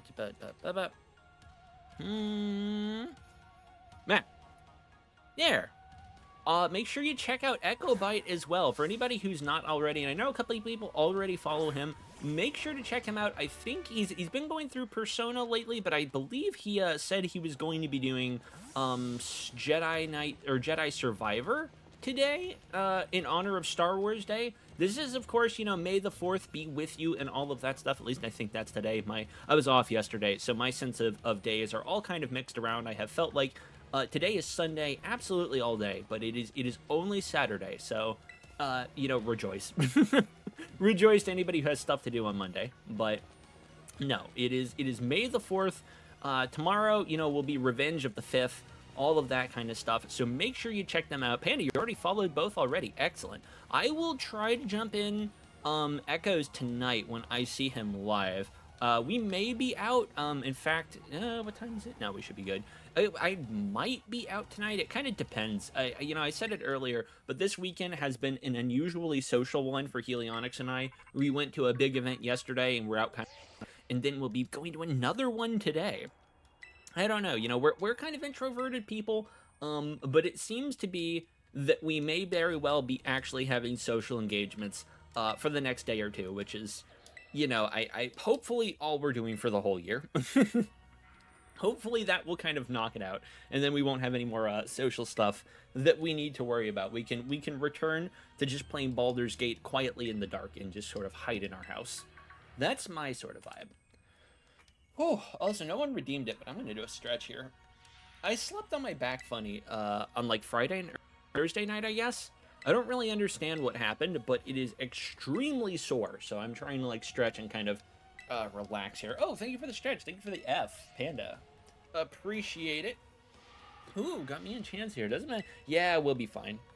Not to brag, Arvin, but I think Nimona and I might literally be the strongest trainers in the region. So, you know, I don't think you've got anything too big to worry about. All right, now I'm going to be paranoid checking all the Dreepy. I feel like I need to do a redemption hunt and try to catch one of these guys, but if I did, I don't think I would want to catch one down in Area 0. They're just going to be too high level for me to ever use on a run. I would want to catch them somewhere else so they're lower level, and then use those guys for something. Yeah, none of them look shiny to me. Alright, F for first. I think you are the first to redeem that, Panda. Okay, let's save the game, and then I suppose Walter's as good a thing to use as any. It's probably an Iron Jugulus or something, and I think those are Dark Flying, so Brick Break might actually be okay. Oh. Whoops. Whoopsie, hit the wrong thing, went the wrong way. I'm so paranoid about these Dreepy now. They look so similar is the problem. They blend in, it's infuriating. Alright, let's hit the button. Ayo. Panda, I saw the bonk go, and my sound alerts just didn't pop. I don't understand why somehow, sometimes, that doesn't work. But you know what? I'll do, here. Well, just pretend that was on top of my head. Just pretend that was on top of my head and it played a very echoey drum sound. Yeah, I guess open it up. What the heck? No, Helionics is baking. She's busy, she's making cream cheese icing and such. I'm afraid she cannot bonk me now. I am safe, I am free. Besides, I'm actually wearing my hat today, so I've got a little bit of a buffer anyway. I've got a little bit of head protection, so I am insulated. Insulated is the word I want to use. Some shock protection. Yeah, okay. Guess how many points I have? 4 points. No. 10 points. No. Panda, you're here pretty often. Like, I'm gonna guess like 80,000? Hopefully not 100,000. I will remind anyone who has 100,000 points who is tempted towards redeeming the big bonk. We do not have the hammer inflated right now, so I would strongly urge against. Oh, I actually don't remember seeing that scene. AO? Wait, what? Do we fight this thing now? I don't remember. Huh. I don't remember having to fight a second one in the main storyline. I guess we do. I just didn't remember doing it. JK, I only have 1K. Okay, thank goodness. Yeah, I was gonna say, as a friendly reminder for everybody, with that 100K bonk redeem, we don't have the hammer inflated right now, so, you know, you're gonna have to give us a bit. Oh, there he goes. Alright, bye. Later, nerd. Yeah, like, on the topic of, I don't know, probably too intense story beats for a Pokemon, that other Miraidon, 100%, and this is a spoiler for anybody who doesn't want it, you know, consider plugging your ears now, that Pokemon absolutely murdered the professor, right? Like, that is, there's no debate, that is what they say happened, that is the Miraidon that went nuts and killed the real Professor Turo. And after the story, after we beat this, we can go and we can catch that Miraidon, and we are allowed to battle with it. And with that in mind, I kind of don't want it. I don't really want it. I'm like, you know what? We'll just put that... We're going to take that Pokemon, we're going to gently tuck it into the pages of our living Pokedex, and then we are going to forget about it. We are going to leave it there, because that is the most, like, I don't think I want this on my team Pokemon I think I've ever seen. Like, I know there's always, like, lore of Pokemon, like, oh, Spiritomb is 108 dead people, or, you know, Cefagrius used to be a human, and it's a human soul, you know, as a Pokemon. It's like, okay, you know, that's all hearsay, that's all speculation, you know, you can't take what the Pokedex says as undisputed fact. But that particular one, that Miraidon, absolutely killed a guy. And I don't like it. I don't want it. I'll catch it just to get it, like, out of the sort of danger zone and out where it can wander free, but I don't think I want it on my team. That's a little too much. Might be fun to have a 200,000 point Mega Bonk. We could have a Mega Bonk. I've been thinking about that. Something like really crazy as a like a million point redeem. I feel like Echo has a like 10 million point redeem for something, and I'm like, oh, I'll just sneaky save on for it. But that's gonna be a rough one. I don't know. I'll have to think of something funny to set for like a million point or 200,000 point redeem. You know, I used to have this running bit on the channel where anytime someone didn't laugh at one of my jokes, which was frequently, I would say something like, you know, all right, listen, y'all, the jokes may not be funny, but they are free. If you want the funny jokes, you need to pay me, or you need to gift a sub or something like that. And someone's like, oh, Chance, you should have a redeem then to like, you know, it's like it's a bit redeem or something. You have to pay like 50 bits or something. So you have to, you know, real money, and then you have to tell the funny jokes. Then you have to use the good stuff. And I'm like, but see, that's the bit, y'all, is that I don't have any funny jokes. They're all unfunny jokes all the way down. It's just that if someone actually had to pay me 100 bits, then I would stress about. I'd be like, oh no, now I owe them a good joke, but I don't have any. I don't want them to know that I don't have like quality material ready on hand. We're just gonna have to live with the unfunny jokes and then have some gems come through when and if the mood decides. Wild charge, you jerk. How did you see through my disguise, but Larry didn't? This thing was too clever. Can I catch this? I don't think I can. Yeah, the menu to use a Pokeball is not there, so I assume we're not allowed to catch this one, which is unfortunate, because I would like to. 20k point redeem, where you tell jokes until someone laughs. Oh my gosh. If I'm gonna do that, Panda, I'm gonna get one of those, like, joke books you're supposed to read while you're sitting on the toilet that, like, you know, my elderly relatives have in their bathroom, and I'm going to just start reading them off until someone either tells me to stop or laughs. And that's what I'll do. Whichever comes first. Angela, welcome back. How are you? Whoop. Oh, Nemona's gone off. Kind of want to go with them. Alright, well, I guess we have to battle all these people. Fine. I'm just saying, Arvin, we could throw Ultra Balls here and be done with this in like 5 minutes. If you had that, it would keep people away from the bonk. I guess it would sort of deter people who want to hit my bonk redeem. Then they would be tempted to spend their points elsewhere first. I wouldn't be upset about that. Oh, excuse me. But then that's a lot of material to have to kind of have on hand, Panda. I don't know. I'll get a couple of Dr. Seuss joke books, and maybe we'll just go through that and see how it goes. Wait, did he write joke books? I know it well. He wrote a bunch of political commentary. I feel like there were a couple that were in that vein, but you can search jokes. Googleable jokes? No.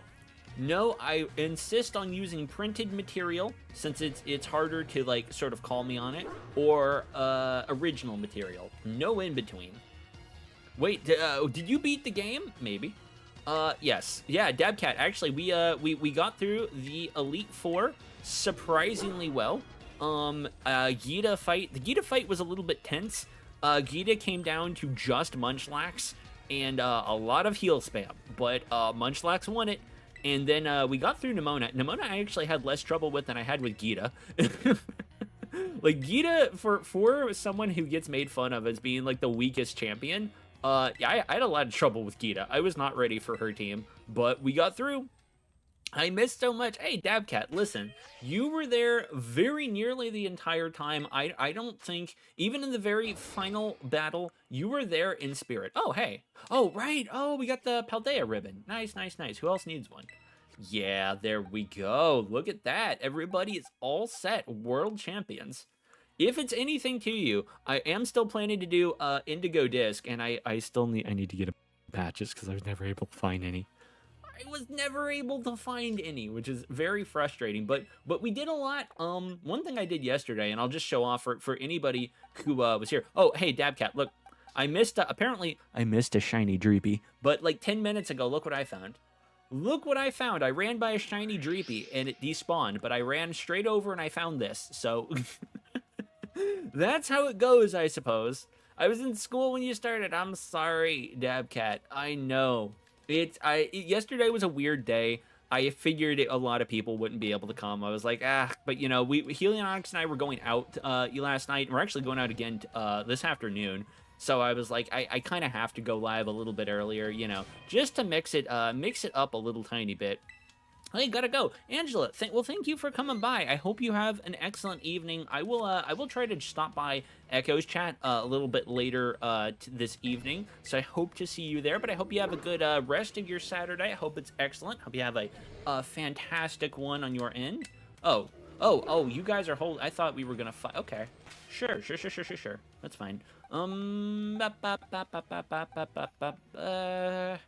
Yeah, I guess... I'd rather lead Dominic, I think, is what we'll do for this part. 10k point redeem. change your hair. Now, Panda, I will remind you that my have completely shaved my head. I am totally and completely bald. So when you say change your hair, I'm not opposed, but please explain to me in detail what change you would like me to make on my hair if you hit that 10K point redeem. What in my non-existent hair? What sort of revision would you prefer? Because I'm open, I'm just confused. He sleeps with his eyes open. At least I can watch the Turo fight. Watch me as soon as you come in here, and I just like absolutely get steamrolled by the Turo fight. That's probably how it's going to go. It's usually how these fights have been going, just for a scale of reference, is I do really good until they throw out one single thing that I do not have a specific counter for, and then it sweeps my whole team and puts me in revive spam mode. I'm really good if it's carefully planned out and strategized, and then if even one thing goes south, then the entire team just kind of goes belly up. So we gotta be careful. And who are you? Who are you then? Oh, chat. Yo, this is what I was talking about. See, Professor Turo got his job replaced by AI. I was just talking about this when Pokemon Centers. AI has already replaced our top scientists. Who knows how far it will go? You know, the future is now. Also, Panda, you meant change my hair in game.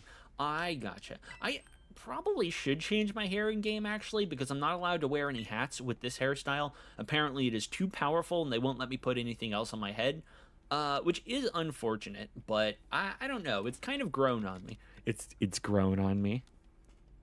Because it's hair. You get it? No. Okay. But I don't know. I've come to associate it with this character. I kind of like it. I don't know that I want to change it, even for 10K channel points. I'm still here and I'm playing Binding of Isaac. It's pretty fun. Oh, very nice.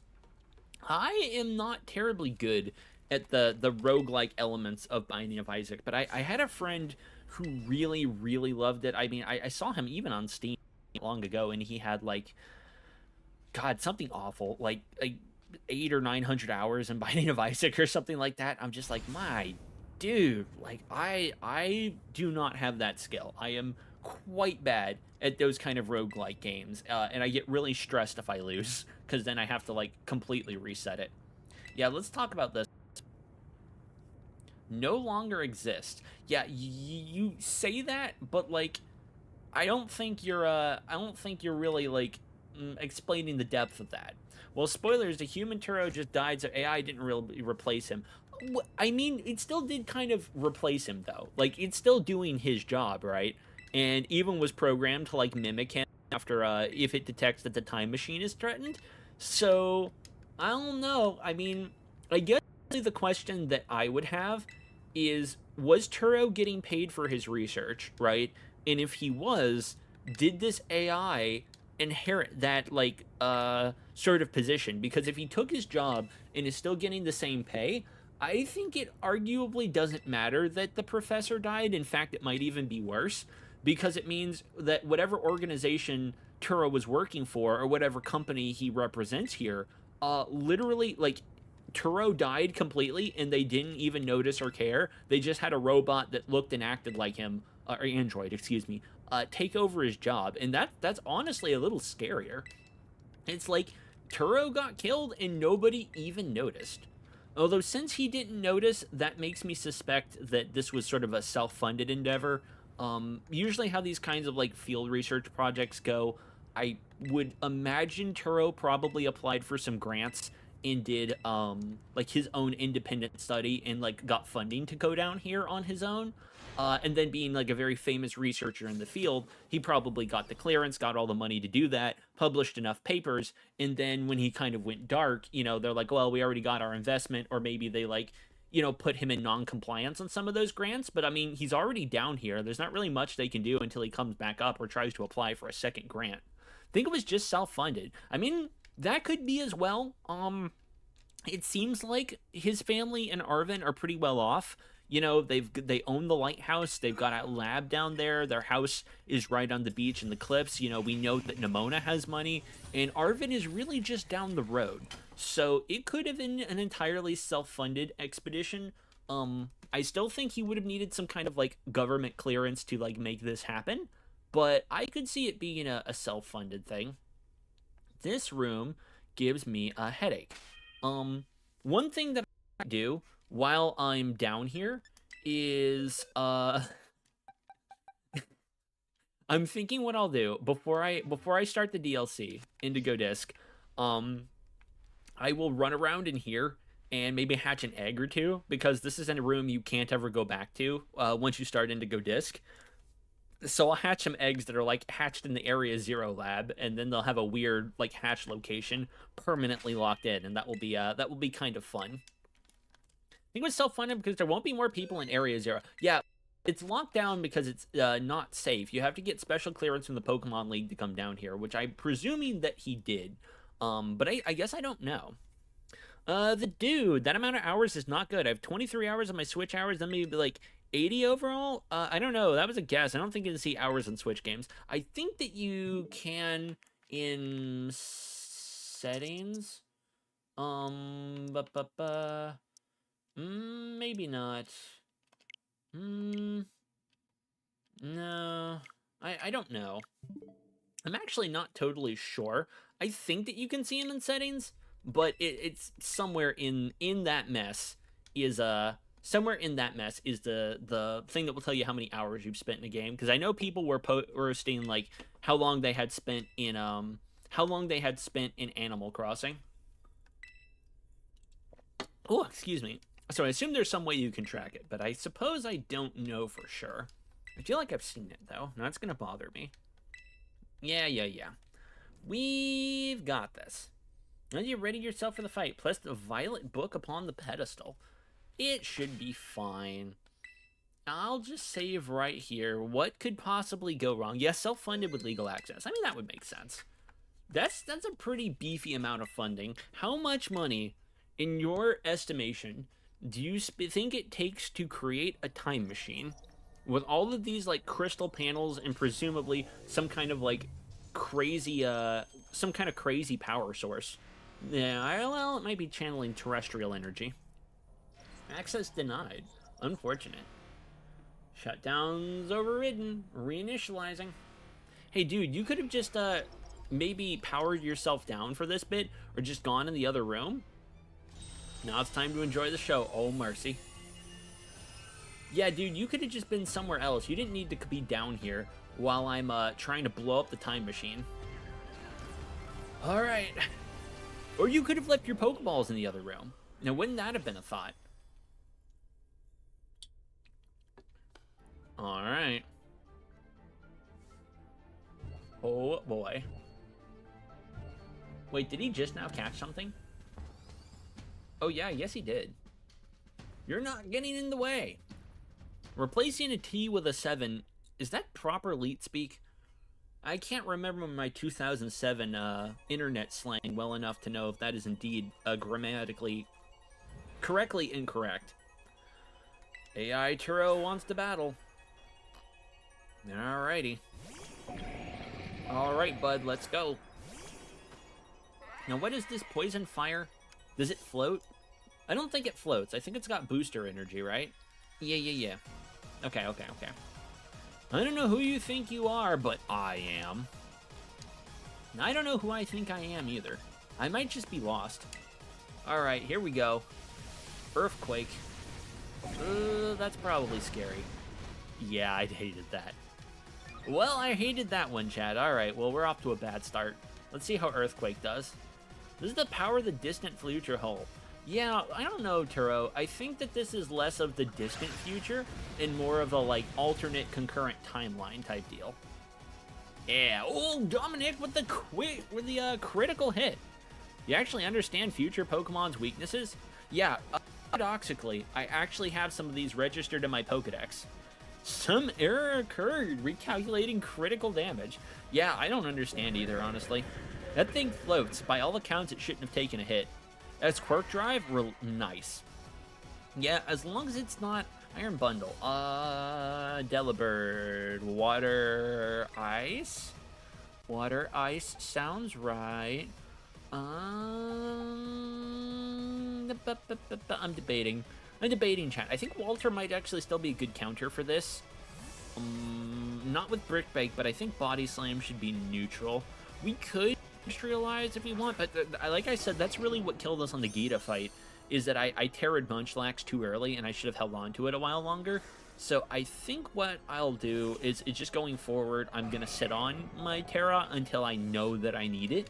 And I don't know that I need it here. Oh, Brick Break's super effective, but it's a lot weaker, isn't it? 75 to 85, and we're getting stabbed for this. I think Body Slam is still better.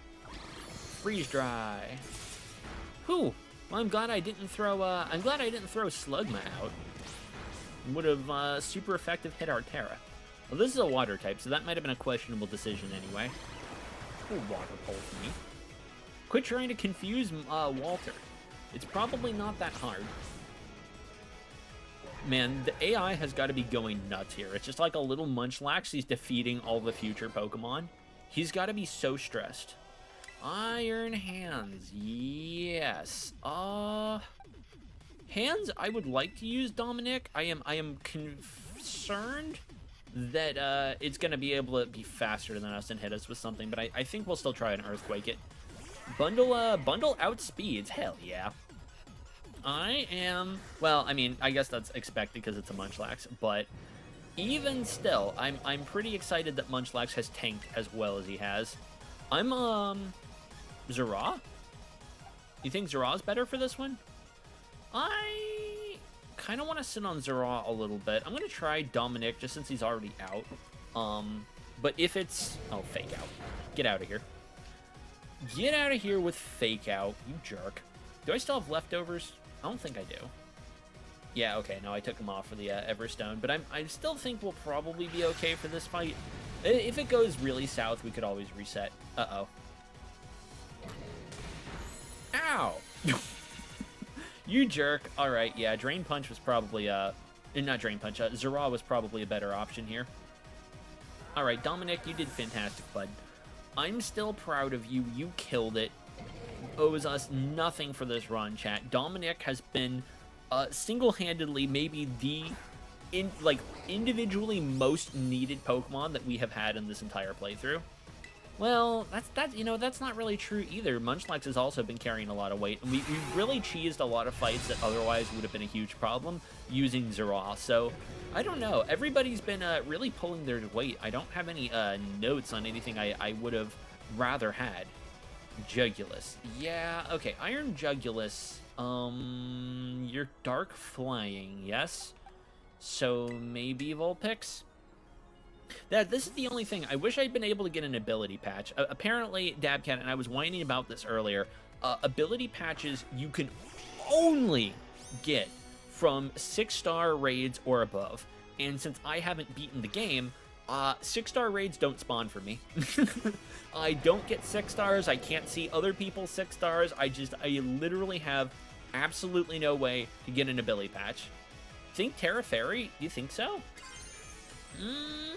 I'm scared to Terra Fairy, just because I don't know what else that this guy will have down the line. But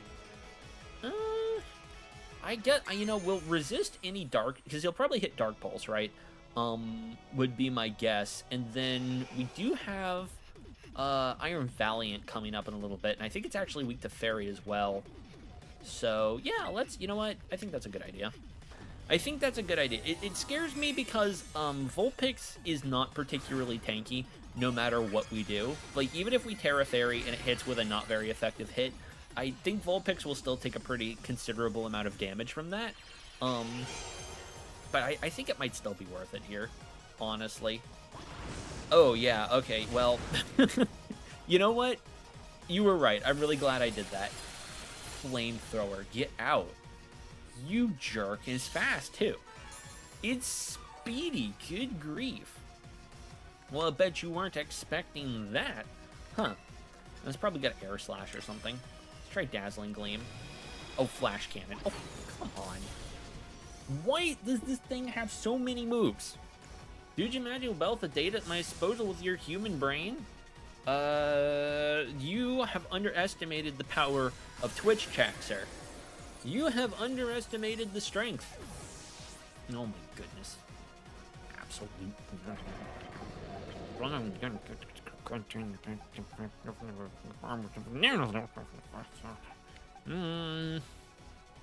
Okay, do you think it has anything that can super effective hit Slugma? Because I'm gonna guess no, and I'm gonna try to cast Light Screen. I didn't know it had Flash Cannon. Dude, why would it? It's a dark flying type. Why would it have Flash Cannon? Dark Pulse, get out. You... I am lose my little mind. All right, Walter, can you come in and step on this, please? Can you please come in and beat the flower hydreigon monster thing? What a jerk. Can you believe it? Can you believe this guy? He was gonna... Made Slugma flinch with Dark Pulse. Yeah. Oh, we're all... As if almost one-shotting Slugma impresses us. Yeah, get body slammed. Get out. Oh, and you got crit. You got crit. The flinch. Unbelievable. Iron Thorns. Oh, which one is this? Thorns. Oh, that's the Tyranitar thing. It's like rock electric, I think. I think we're fine. I don't know. I wish I had kept Bulldoze on this. You live, you learn. Actually, can Munchlax get Earthquake? I get Munchlax Earthquake. If we can get it, I gotta do it. Alright, now let's try to break it. Oh, you're breaking. You blood. How dare you? Who do you think you are? You heard of the platformer pizza? I have heard of it. I've heard of it, the dude, I have never played it. Is it any good? Would you recommend it? Yeah, I'm gonna heal. This guy's a jerk. He's being mean. The Walter sweep. It wouldn't be the first time. Walter takes absolutely none of this from anybody. He was the one who... He stopped Gita. It wasn't even like I had other Pokemon in reserve. If you look at the VOD yesterday, literally it was just down to Walter and nothing else, and Walter proceeded to just sweep. Walter doesn't take that kind of shenanigans from anybody. You know, you come in his path, and there is only one way out. By getting knocked out. Good job, Walter. I'm proud of you. Good job, Walter. I'm proud of you. Okay, Iron Valiant, I am gonna switch. We're gonna try to do something a little bit different here. And by a little bit different, I mean we're gonna hit this thing with Leech Seed and try to mill it to death. Because I don't know really what it has. I think it's got a pretty surprising move pool. I feel like we get Leaf Blade. It's got some strong fairy moves, and then like something else, a fighting coverage, obviously. So I think Chespin, it can't easily really. I don't think it has anything that's going to be super effective on Chespin right away. But that attack boost, it does scare me. So let's try to Leech Seed. Oh, come on, dude. Whoa, Chespin. Oh, well, all right. Got poisoned, but tanked a single hit. And, you know, sometimes that is all you can ask. Good job, Chespin. I'm proud of you, buddy. I knew you could do it. Let's see if you can live through the poison. That would be really fun. That would be super, actually, if you could. 28. How much damage does poison do? Oh, exactly counters. Nice. Okay, so I think I want to do Zera next. So what I'll do is revive, I think, Dominic, and then kind of go from there. I'd say Pizza Tower is a good game. You should play it. If you like Wario Land, if you ever played it, then Pizza Tower is a good game for you. It's also a fast-paced platformer. I do like platformers traditionally. I actually never played any of the Wario games, although I've heard for quite a long time that they're really, really good. So I would be open to giving them a shot at some point down the line. But I've never played one. And Pizza Tower, I mean, I like fast-paced platformers.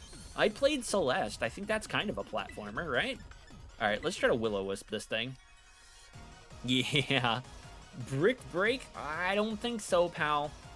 I don't think so. And Slugma, you might even still think it's a Slugma, you know, with that Will-O-Wisp. It might not even know. Heal? I think we got this right now, right? Maybe not. Maybe not. We've got 2 sources of passive damage on this thing, and it's gonna get slowly burned. It's gonna get slowly hit with Leech Seed, and I'm gonna hit it with Bitter Malice, and we're gonna try that out. Oh yeah, but keep Brick Breaking. Oh no, make my entire day. You go right ahead. Don't let me be the one to stop you. Oh, oh, oh. Ah, sweep, too tricky. Oh, too tricky, outplayed. Oh, there's a level in Pizza Tower. There's a level where it says a swear word if you were on family friendly. Wait, what? There you wait. So isn't that a Nintendo game? Are you telling me they're letting you say dirty words on a Nintendo console? You actual profanity? That is unbelievable. That's kind of hilarious. Oh no, you don't. No. You stop that. You cut that out. I'm not putting up with that. Yo, Pog, hell yeah.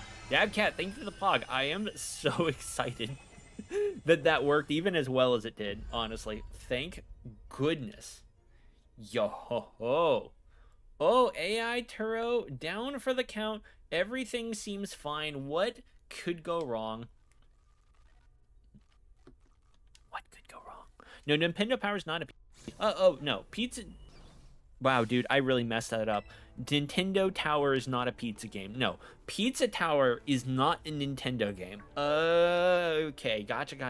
I don't know why. I was thinking it was like a Switch thing. I have no reason to think that. Nothing you said made me believe it, but that is absolutely what I was assuming.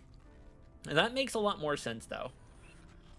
Thank you for everything. The time machine has finally stopped. You're not my dad, are you? Dude, don't pretend to be his dad. That's mean. That's actually mean. That's actually... First try, Turo. I'm kind of relieved. I'm pretty relieved that it went as well as it did. Sadly, though, this is, at this point, where we are going to have to call this run. And we're going to go ahead and reset the game from here. Tragically, since this fight requires you to use a Miraidon, Miraidon can't evolve. It violates the rules of the game. It's completely defeating the purpose. So, as it turns out, can we beat the game with no evolutions? The actual answer is no. It's impossible to beat it with no evolutions because you have to use this stupid Miraidon. After all of that, well, it's not stupid. I like Miraidon, but you know, I'm on YouTube. Dabcat, welcome to YouTube. The swears or signs are the S word and someone flipping the bird at you. Are you family friendly? I am. Listen, the dude. I have a bad habit of punctuating my sentences with the F word. So you know, anytime that a regular person might use, say, a punctuation mark, you know, a period, a question, whatever, I just sort of insert the F word in there.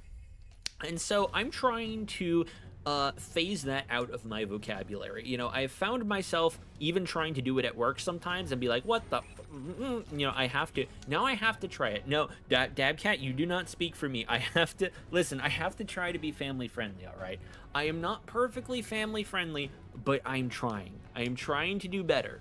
I am making a concentrated effort to not say the F word or say ugly words. I am Jab from Twitch. That's, yes, if you see me talking to Dabcat Jab on Twitch, Twitch is in fact a real place, and Dabcat is from there. It is not just me trying to pretend to be, oh, you can't battle without a Pokemon on a field? I think you've underestimated the power of throwing my flip-flops, as what you've misunderstood. Your Pokeballs won't work. How are we supposed to battle? Did none of you bring a gun? All right. Yeah, I guess we'll try it. Oh, no, I see what we're doing. Ho, ho, ho. I see what we're doing. So having 6 Pokemon, that's just kind of an honor system style thing, right? You don't actually have to have them. You can have more. All right. Alrighty, here we go. That still doesn't look like the room that's reflecting on my sunglasses, but hey, you know. Alright, dude, you got this. Hold still, I'm gonna use an X attack on you. I'm gonna use an X attack and an X defend, and I got all that stuff. And I might even have a sandwich in there somewhere. Who knows? Alright. Can we beat the game with no evolutions? No, we can't, apparently. No, we can't. Because Miraidon is involved. I think that I can take this thing with my Vulpix. I don't think I need to be using this. I think I can get that Pokeball open. Let me get a hammer and we can pry it out. Have you played this game before? Yes. Yeah, the dude, I have played Pokemon Scarlet before, and we're just going through Pokemon Violet as a challenge run, which, you know, I am mostly joking when I complain. I'm like, oh, I have to fight using Miraidon, but it annoys me a little tiny bit that I set this goal. I'm like, I want to beat the game without using any evolutions, and then I'm not allowed to do that for this, like, sort of final fight. But, I mean, understandable. Did you bring a gun? Very family friendly. Listen, we're Dabcat. Listen, we're PG rated. All right, we're PG. Maybe sometimes we're PG-13. Sometimes, maybe. Maybe. All right. Boosted more than usual, but super effective. Gemstones, Terra Blast. Okay, I guess we'll just start electro drifting. Might be where we want to go. Oh, he's taunting. Okay, yeah, sure. I remember almost dying during this fight on Scarlet, and I'm actually surprised how little of this I remember from Scarlet. Wow, that did not do a ton. But I don't think we've got a lot of great move options here. I think we're just going to kind of have to keep electro drifting and hoping for the best until we can terrestrialize. Beautiful here within this garden period in the end. I hope I read that correctly. Ow! What the heck? Why are you doing so much more damage to me than I'm doing to you? Should I be trying Power Gem? PG-13 all the time. No, not all the time. We've had some PG streams. I haven't said the F-bomb in a really long time, alright? Listen. Well, technically, Miraidon can evolve from fighting to cars, so yes, it's still a no-evolving run. Well, yeah, I guess you're right. I mean, it could kind of evolve from being a motorcycle to being a Pokemon, so... You know, I don't know. I don't know, it's hard to say. Now, how come he gets to use... Yeah, illegal run. Yeah, how come he gets to use Charge? I don't even have Charge as a move I can pick. Shook off the taunt. This is like it could be bad. Hang in there, Chance. Thank you, Penny. Thank you, Penny. Yeah, this is surely going to be a little bit of a rough one here. I'm actually tempted to endure again. Well, like for the first time. I'm going to try Electro Drift. If we lose, we lose. They just says I am superior. Folly come foundation, which my dream be built. Ruh-roh. Oh! Ooh, Miraidon. Yeah, thank you.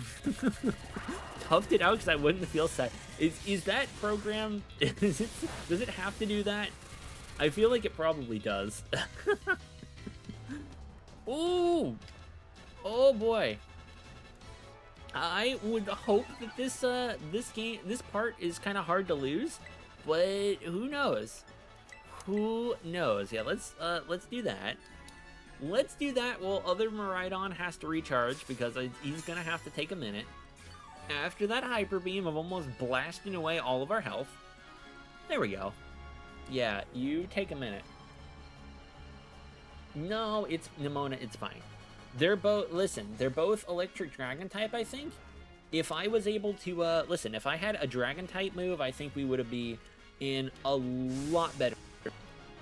Actually, yeah, why isn't Turo terrestrializing?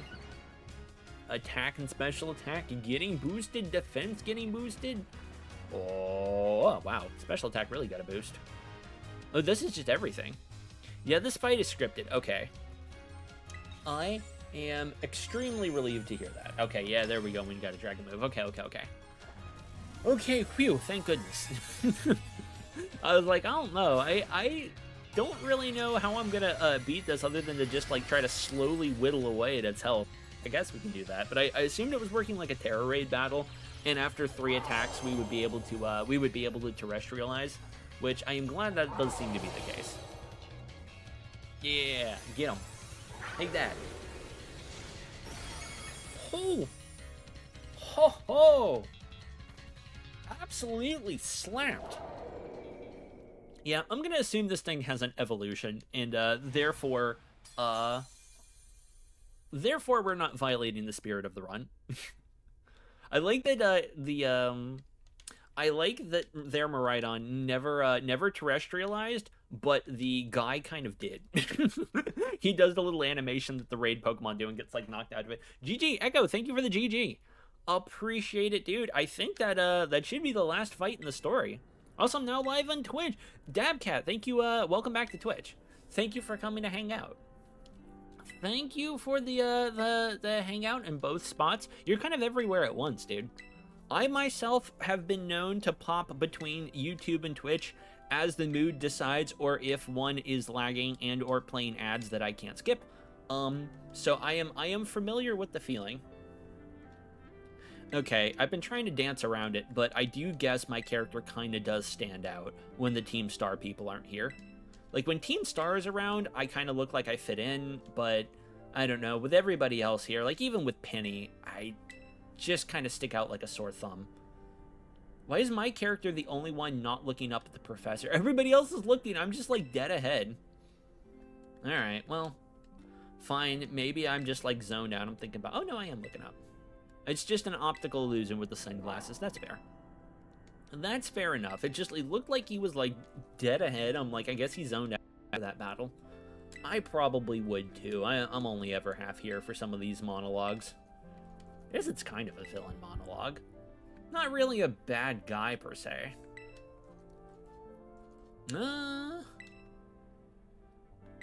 So, I don't think it's the future, though.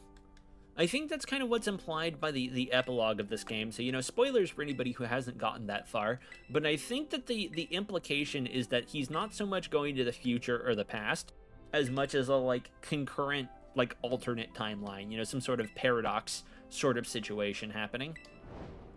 But it's not confirmed. You know, I actually like the confusing and, like, half-explained time travel mechanics in this game. Like, I don't always love when corners get cut in story development, but the fact a lot of them are kind of discussed by characters at different points that, like, okay, so if this happened, like, wouldn't that mean this other thing is true, or the time travel, like, how does this work? And, like, the fact that some of that is discussed in-game and people are trying to figure out implies that there might be, like, a lore answer buried somewhere. It's just we don't ever really get all of the pieces of how mechanically this is happening, you know?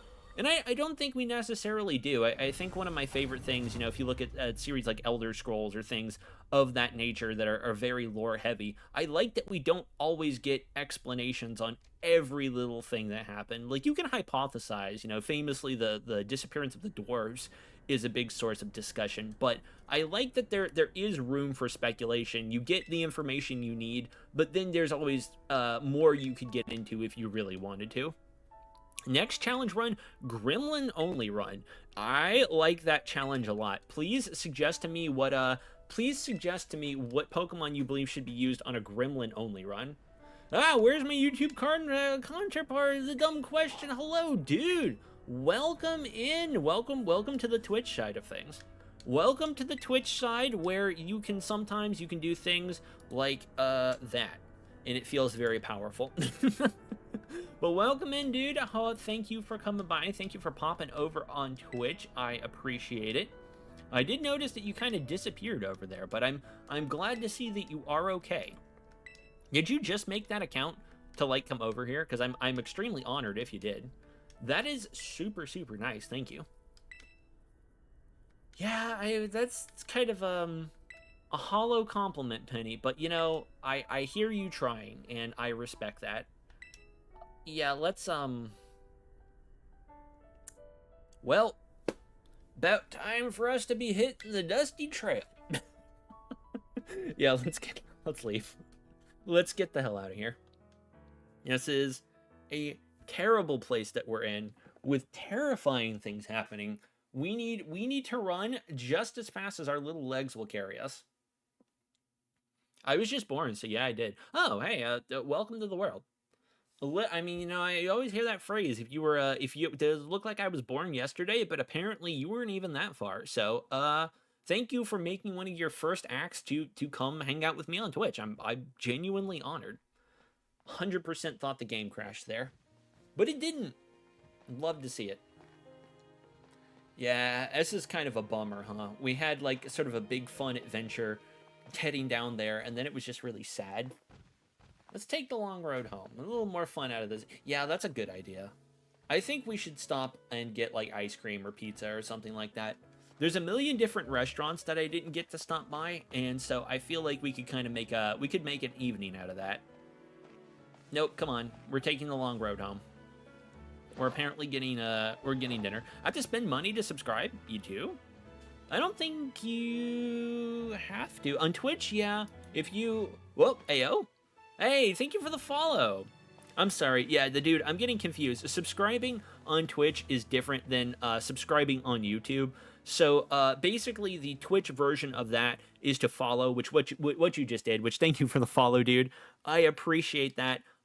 Yeah, following on Twitch does the same thing that subscribing does on YouTube, but if you subscribe on Twitch, it's a little different. It gives you access to like my emotes. It, you're supporting the channel kind of in that sense. But I would say maybe unless you just have, let's listen, if you find yourself with too much money and you're sitting here looking over your Scrooge McDuck pile like size of gold, you've got all these money bags around, and you're like, dang, what am I gonna do with all this money? Like, yeah, feel free to drop a sub if it calls to you, but don't do that. Don't do that unless you are literally Scrooge McDuck. Save your money. I'm actually thinking I'm probably gonna redo a lot of my channel emotes sometime soon anyway. Helionics and I are kind of working on some things, but yeah, subscribing on Twitch is not free. But following is. So I would recommend that, at least for the time being. Aw, yeah, Ed Sheeran. Yeah, I like that they actually got a composer to do music for this game. I like the song too. I usually forget that it's here, and so every time I get to the credits, I'm like, is someone singing? But I did remember it this time. I do like that. Oh, a little stretch here. I feel like... people have said this before. I feel like Pokemon is moving in the direction that they could probably stand to do some voice acting, especially since they've got somebody singing in the credits here. They have an actual song. I think we're getting to the point that like the absence of voice acting in a lot of circumstances kind of starts to stand out and feels like very strange to have. Although maybe, when you start adding voice talent to games, the development costs kind of skyrocket because, Nintendo would need to do it here, and then they would need to do it for every single language, right? And, they've moved away from having, like, different versions of games for languages. Like, I don't know, I think up to Gen 4 or 5, you had to get, like, there's a Japanese version of the game, there's the Korean version of the game, there's the English version of the game, And now they don't really do that. You kind of just pick whatever language you want to see the game in at the start and then go from there. So I wonder if they were going to do voice acting. I mean, that means the size of the game gets bigger, right? Because then you have to have all the like voice lines recorded in English and in Japanese, and then like a bunch of other stuff, and just it gets to be a huge pain in the posterior, I am sure. Angelic Neko, welcome in. How are you? How have you been? How's your day going? How's your set? Ow! Thank you for the bonk. Oh, wow, I appreciate that. Thank you for the bonk. Good, sweet mercy. Coming in hot with the violence. Thank you for stopping by. I couldn't help myself. The call of the bonk sung to you. You couldn't resist it. I mean, I understand. I will not condone it. I will not condone a violence. But I understand. Sometimes that's how it goes, I suppose, but please note I am squinting. I'm squinting a little bit. You can just imagine it in your headspace that's a thing that I'm doing. Oh boy. Y'all, I'm really excited that we beat this one. I'm not done with this. I'm still planning to go ahead and do Indigo Disc before the end of it. I'm torn on doing Teal Mask. I may chew through a little of Teal Mask on my own just because I know it's going to be very easy since everything's pretty underleveled for us. But I'm kind of debating. There's currency? Yeah, there are bits. I think it's, 1 bit is equivalent to 1 penny, but, the dude, please do not spend money you don't have. Please, only purchase bits responsibly. Please use them responsibly and trustfully. Listen, be careful. Don't do anything crazy that I wouldn't. Ooh, do a little stretch here too. My back, I'm sorry guys. I slept on my back funny the other day and I keep having to like kind of bend it and keep it from settling in any one particular position. I'm all hyper after my walk. Oh, that's nice. When you get to go out and like poke around when you come home, it's like, all wound up, all excited. It's like, I feel that, you know. Helionyx and I went out, we did something last night, and so we were out wandering around all day, and then I came home, and I'm like, now I'm kind of awake. Now I had all that coffee, and I'm like, ugh. And then the second my head hit the pillow, I was out, so... you know, it's like, I feel wound up, and then I just pass out. That's life, I suppose. Thank you, treasured friends. You are welcome. You're welcome. I did functionally nothing, but you're welcome. I was happy to. Aw. Look at us, chat. That's nice. That's nice. And a hydrate. Thank you for the hydrate. Dabcat, thank you for the hydrate. I'm not the dude from YouTube. I am the Twitch version. I have a better UI. Oh, I see. You're not the dude. You are the you are like parallel universe, the dude. I guess that's pretty. And a bigger hydrate. Jack Nakul, thank you for the bigger hydrate. Running out of water here. Goodness gracious. All right. Oh, we made some progress on the Kitakami Pokedex. I guess I'll head over here. Let's try to get in touch with Clavel. Clavel's got to be just like, hey, dude, you've come in here and stirred up absolutely every pot you possibly could. You have caused as much trouble as you can manage. How am I the hero? I didn't do anything. Oh, I guess I did battle an evil robot. But listen, Clavel, you gotta hear me out. That robot was out to replace everybody's jobs, alright? If that thing had been mass-produced, if they had been able to reverse engineer AI Turo technology, what if they made a robo-detector Clavel? What if they made a robo-teacher, you know? What if the Elite Four was replaced by robots, you know? The future would be chaos, you know? We don't know what's coming. It's just, they've already got AI replacing Pokemon. I even caught one, all right? Listen, dude, what? Oh, yeah, I'll do my best. Listen, I was out here fighting the good fight for all of humanity, and I just feel like you're not taking me, you're taking me for granted, and I don't like it. I'm in a troublemaking time today, and no, you are the very pinnacle of good behavior. I don't know what you mean. I have these weird circles. What can I do with them? All kinds of things. Sometimes you can play sound alerts. Sometimes you can do other stuff. Sometimes you can do things like that. If I make an unpleasant joke, you know, all sorts of options sort of available, just depending on the kind of mood you're in. I feel bad talking over this. It feels like everybody's character arcs has kind of come together, and I am just off on my own little world here. But oh, yeah, I am the new champion. Yeah, not too bad. Union room? Oh, set up a union room. I guess I could. I'll be honest, I am probably gonna end stream once we are out of this. How do I play sound alerts? It's a little button at the bottom that should tell you how many points you have. It looks like a little kind of rainbow circle. And then you can play like different things for different amounts of points. But I probably... Oh! Who hit bonk? Angelic Neko, thank you for the bonk. Every single time someone hits bonked, it surprises me how short the cooldown is. I thought I made it longer. Thank you for the bonk. I'm squinting at that and rubbing my head. But I do have I have a hat on today, so I have some head protection from chat's tomfoolery down there. I see you guys. Now, but yeah, after this, I am probably going to end stream.